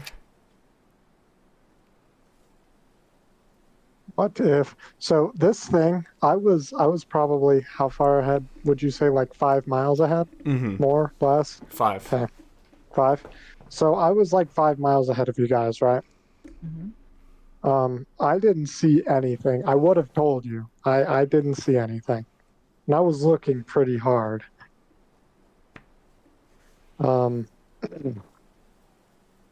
If you wanted, JC, theoretically, could Mandabar take me and Dayron ahead? I mean, yeah. You'd get tired, but yeah. Yeah. Here's what we should do. Let's just gather up the pieces, put them to the side, and then we'll cut west and then head up. Okay, reasonable. Okay. Yeah. Someone help me cut this thing apart. I'll help. Can I use sleight of hand to cut it up rather than survival? No, because you're trying to cut it up and preserve parts. Can I use medicine? Medicine is allowed. I can't use sleight of hand. Nope. No. Sleight of hand is for counting cards. It's not for it's not for cutting up a wormling. Trust me, if I could use sleight of hand, I'd probably do it too. Mine's not a low number. All right, medicine. Am I being helped? So can I get advantage, or what's going on? I think Zex was going to help you. Yeah. All right then. We're gonna use guidance while we're at it, since it's been a minute. Wait. What's your plus on medicine? I don't think I can give him that information. That's mean. That's metagaming. No. Okay. Bad. Yeah, Rem, you've already said you're making it. Make it. It's too late. With advantage, with guidance, with my medicine, it is 25. 25. All right. Anything specific you're trying to preserve? I'm going to take everything I can from it. I don't have any bottles for the blood. Okay. The boy has bottle. Maybe. Let me double check. I think I might have one empty bottle left. I could dump out some of these Molotovs back into the oil. By the way, if you are, depending on how much you're harvesting from this will take, like, at least half the day. Like That's okay. You'll be halfway done with the day at so, this point. How drunk would I get if I chugged 3/8 of a Stibben ale? I'm just going to dump some of this oil that I have in these bottles back into the barrel of oil I have. Okay. Clean them out and then bottle up the blood. Okay. So how many bottles of Molotov am I dumping out? You'd probably be dumping about like 2 or 3. Okay. Okay. Tell me what you want to harvest, and I'll tell you if you can. Take everything. I don't give a fuck. Okay. So you'd get 1 eye because Gil punctured the other. Mm-hmm. You can get an assortment of scales. Only about 10 pounds worth, though. You can get a wormling hide, red wormling hide. You can get the fire gland. Okay, give me a moment. You said it's red, right? Yes. Is a red dragon wormling. Red. What the fuck is a wormling, by the way? Anyone know? It's like a baby dragon. Isn't it? Is it? Technically. Red wormling eye. An assortment of scales. How many? 10 pounds. Assortment? 10? 10 pounds. 10 pounds. Red. We're gonna not read red. Yeah, a wormling is like a pretty like a year or 2 in age normally. They're just very young, like offshoots of dragons, and they tend to cluster around where larger and more powerful and more complete dragon specimens are. Mm-hmm. They are surefire signs that a actual dragon is in the area. You said red wormling fire sac? Fire gland. Fire gland. What else? You can get the heart.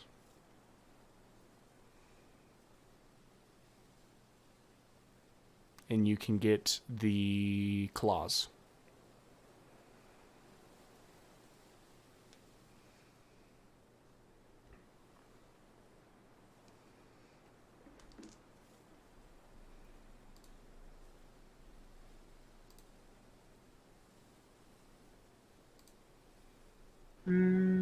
Okay, give me one moment, because this might work.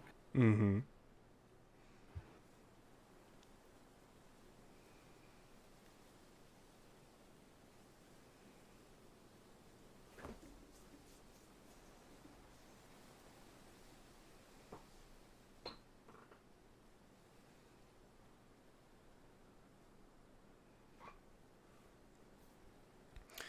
As Rem's carving up this wormling, is there anything you two would like to be doing? Be on watch. Okay, make a perception check. Roll perception.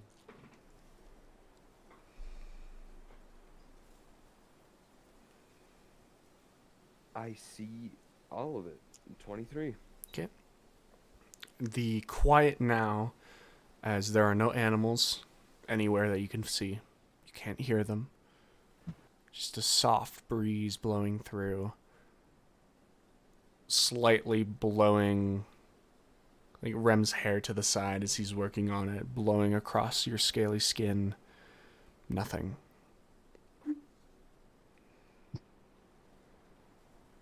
Nothing at all? Nothing. I want to start heading east just a touch, not too much. Okay. Just to see if I can see a bit more. As you move over to the eastern side of the road, you can see that it quickly becomes forested. All...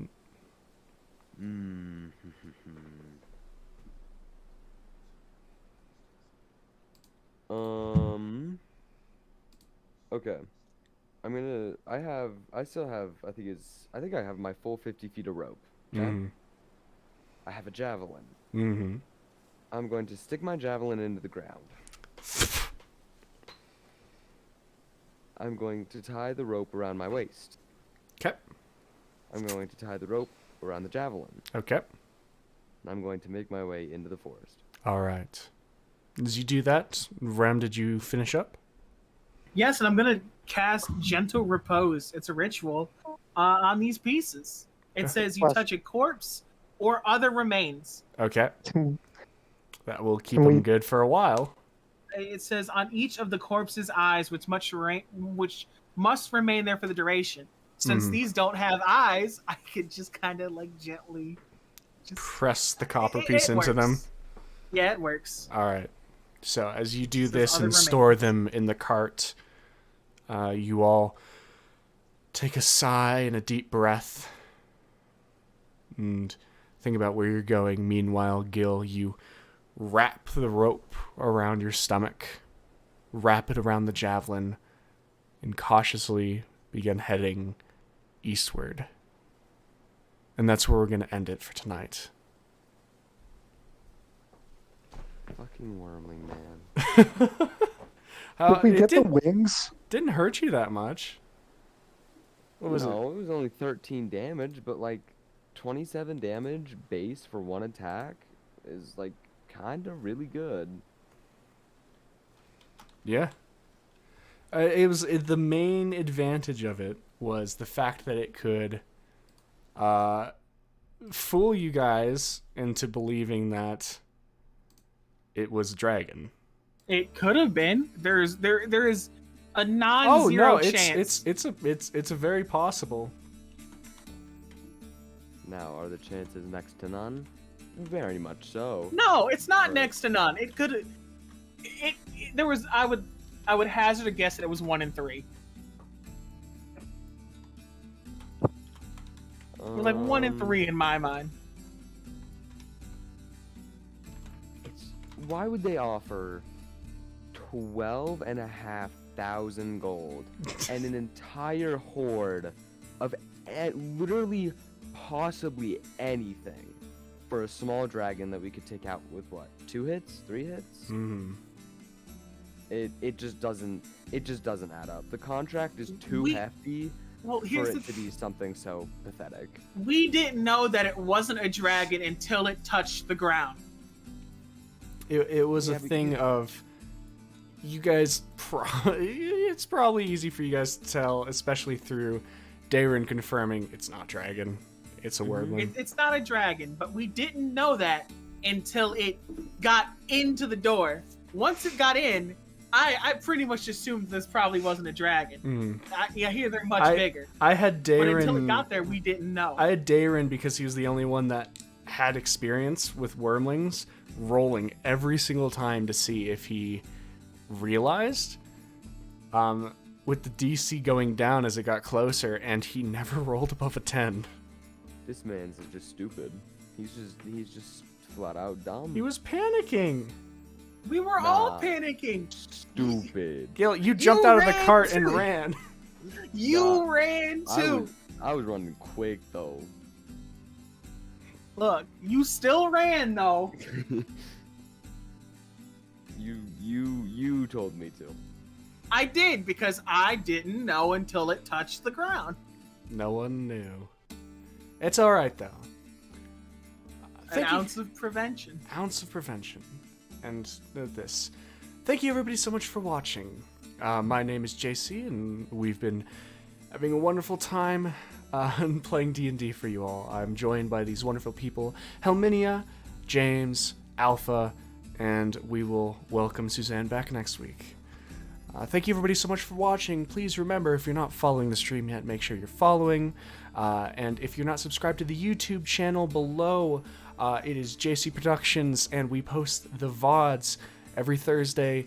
The VOD for today was actually fun fact. It was when April left, and it ended literally 5 minutes before the stream started. So that's a wonderful little tidbit of information for you all. But with everything winding down, I want to remind you all that I hope you all have a wonderful day. You all are wonderful people. Thank you so much for watching. It's one of the best things to know that people enjoy seeing us all play D&D. Thank you everybody so much for tuning in, and I hope you all have a great rest of your night. Take care.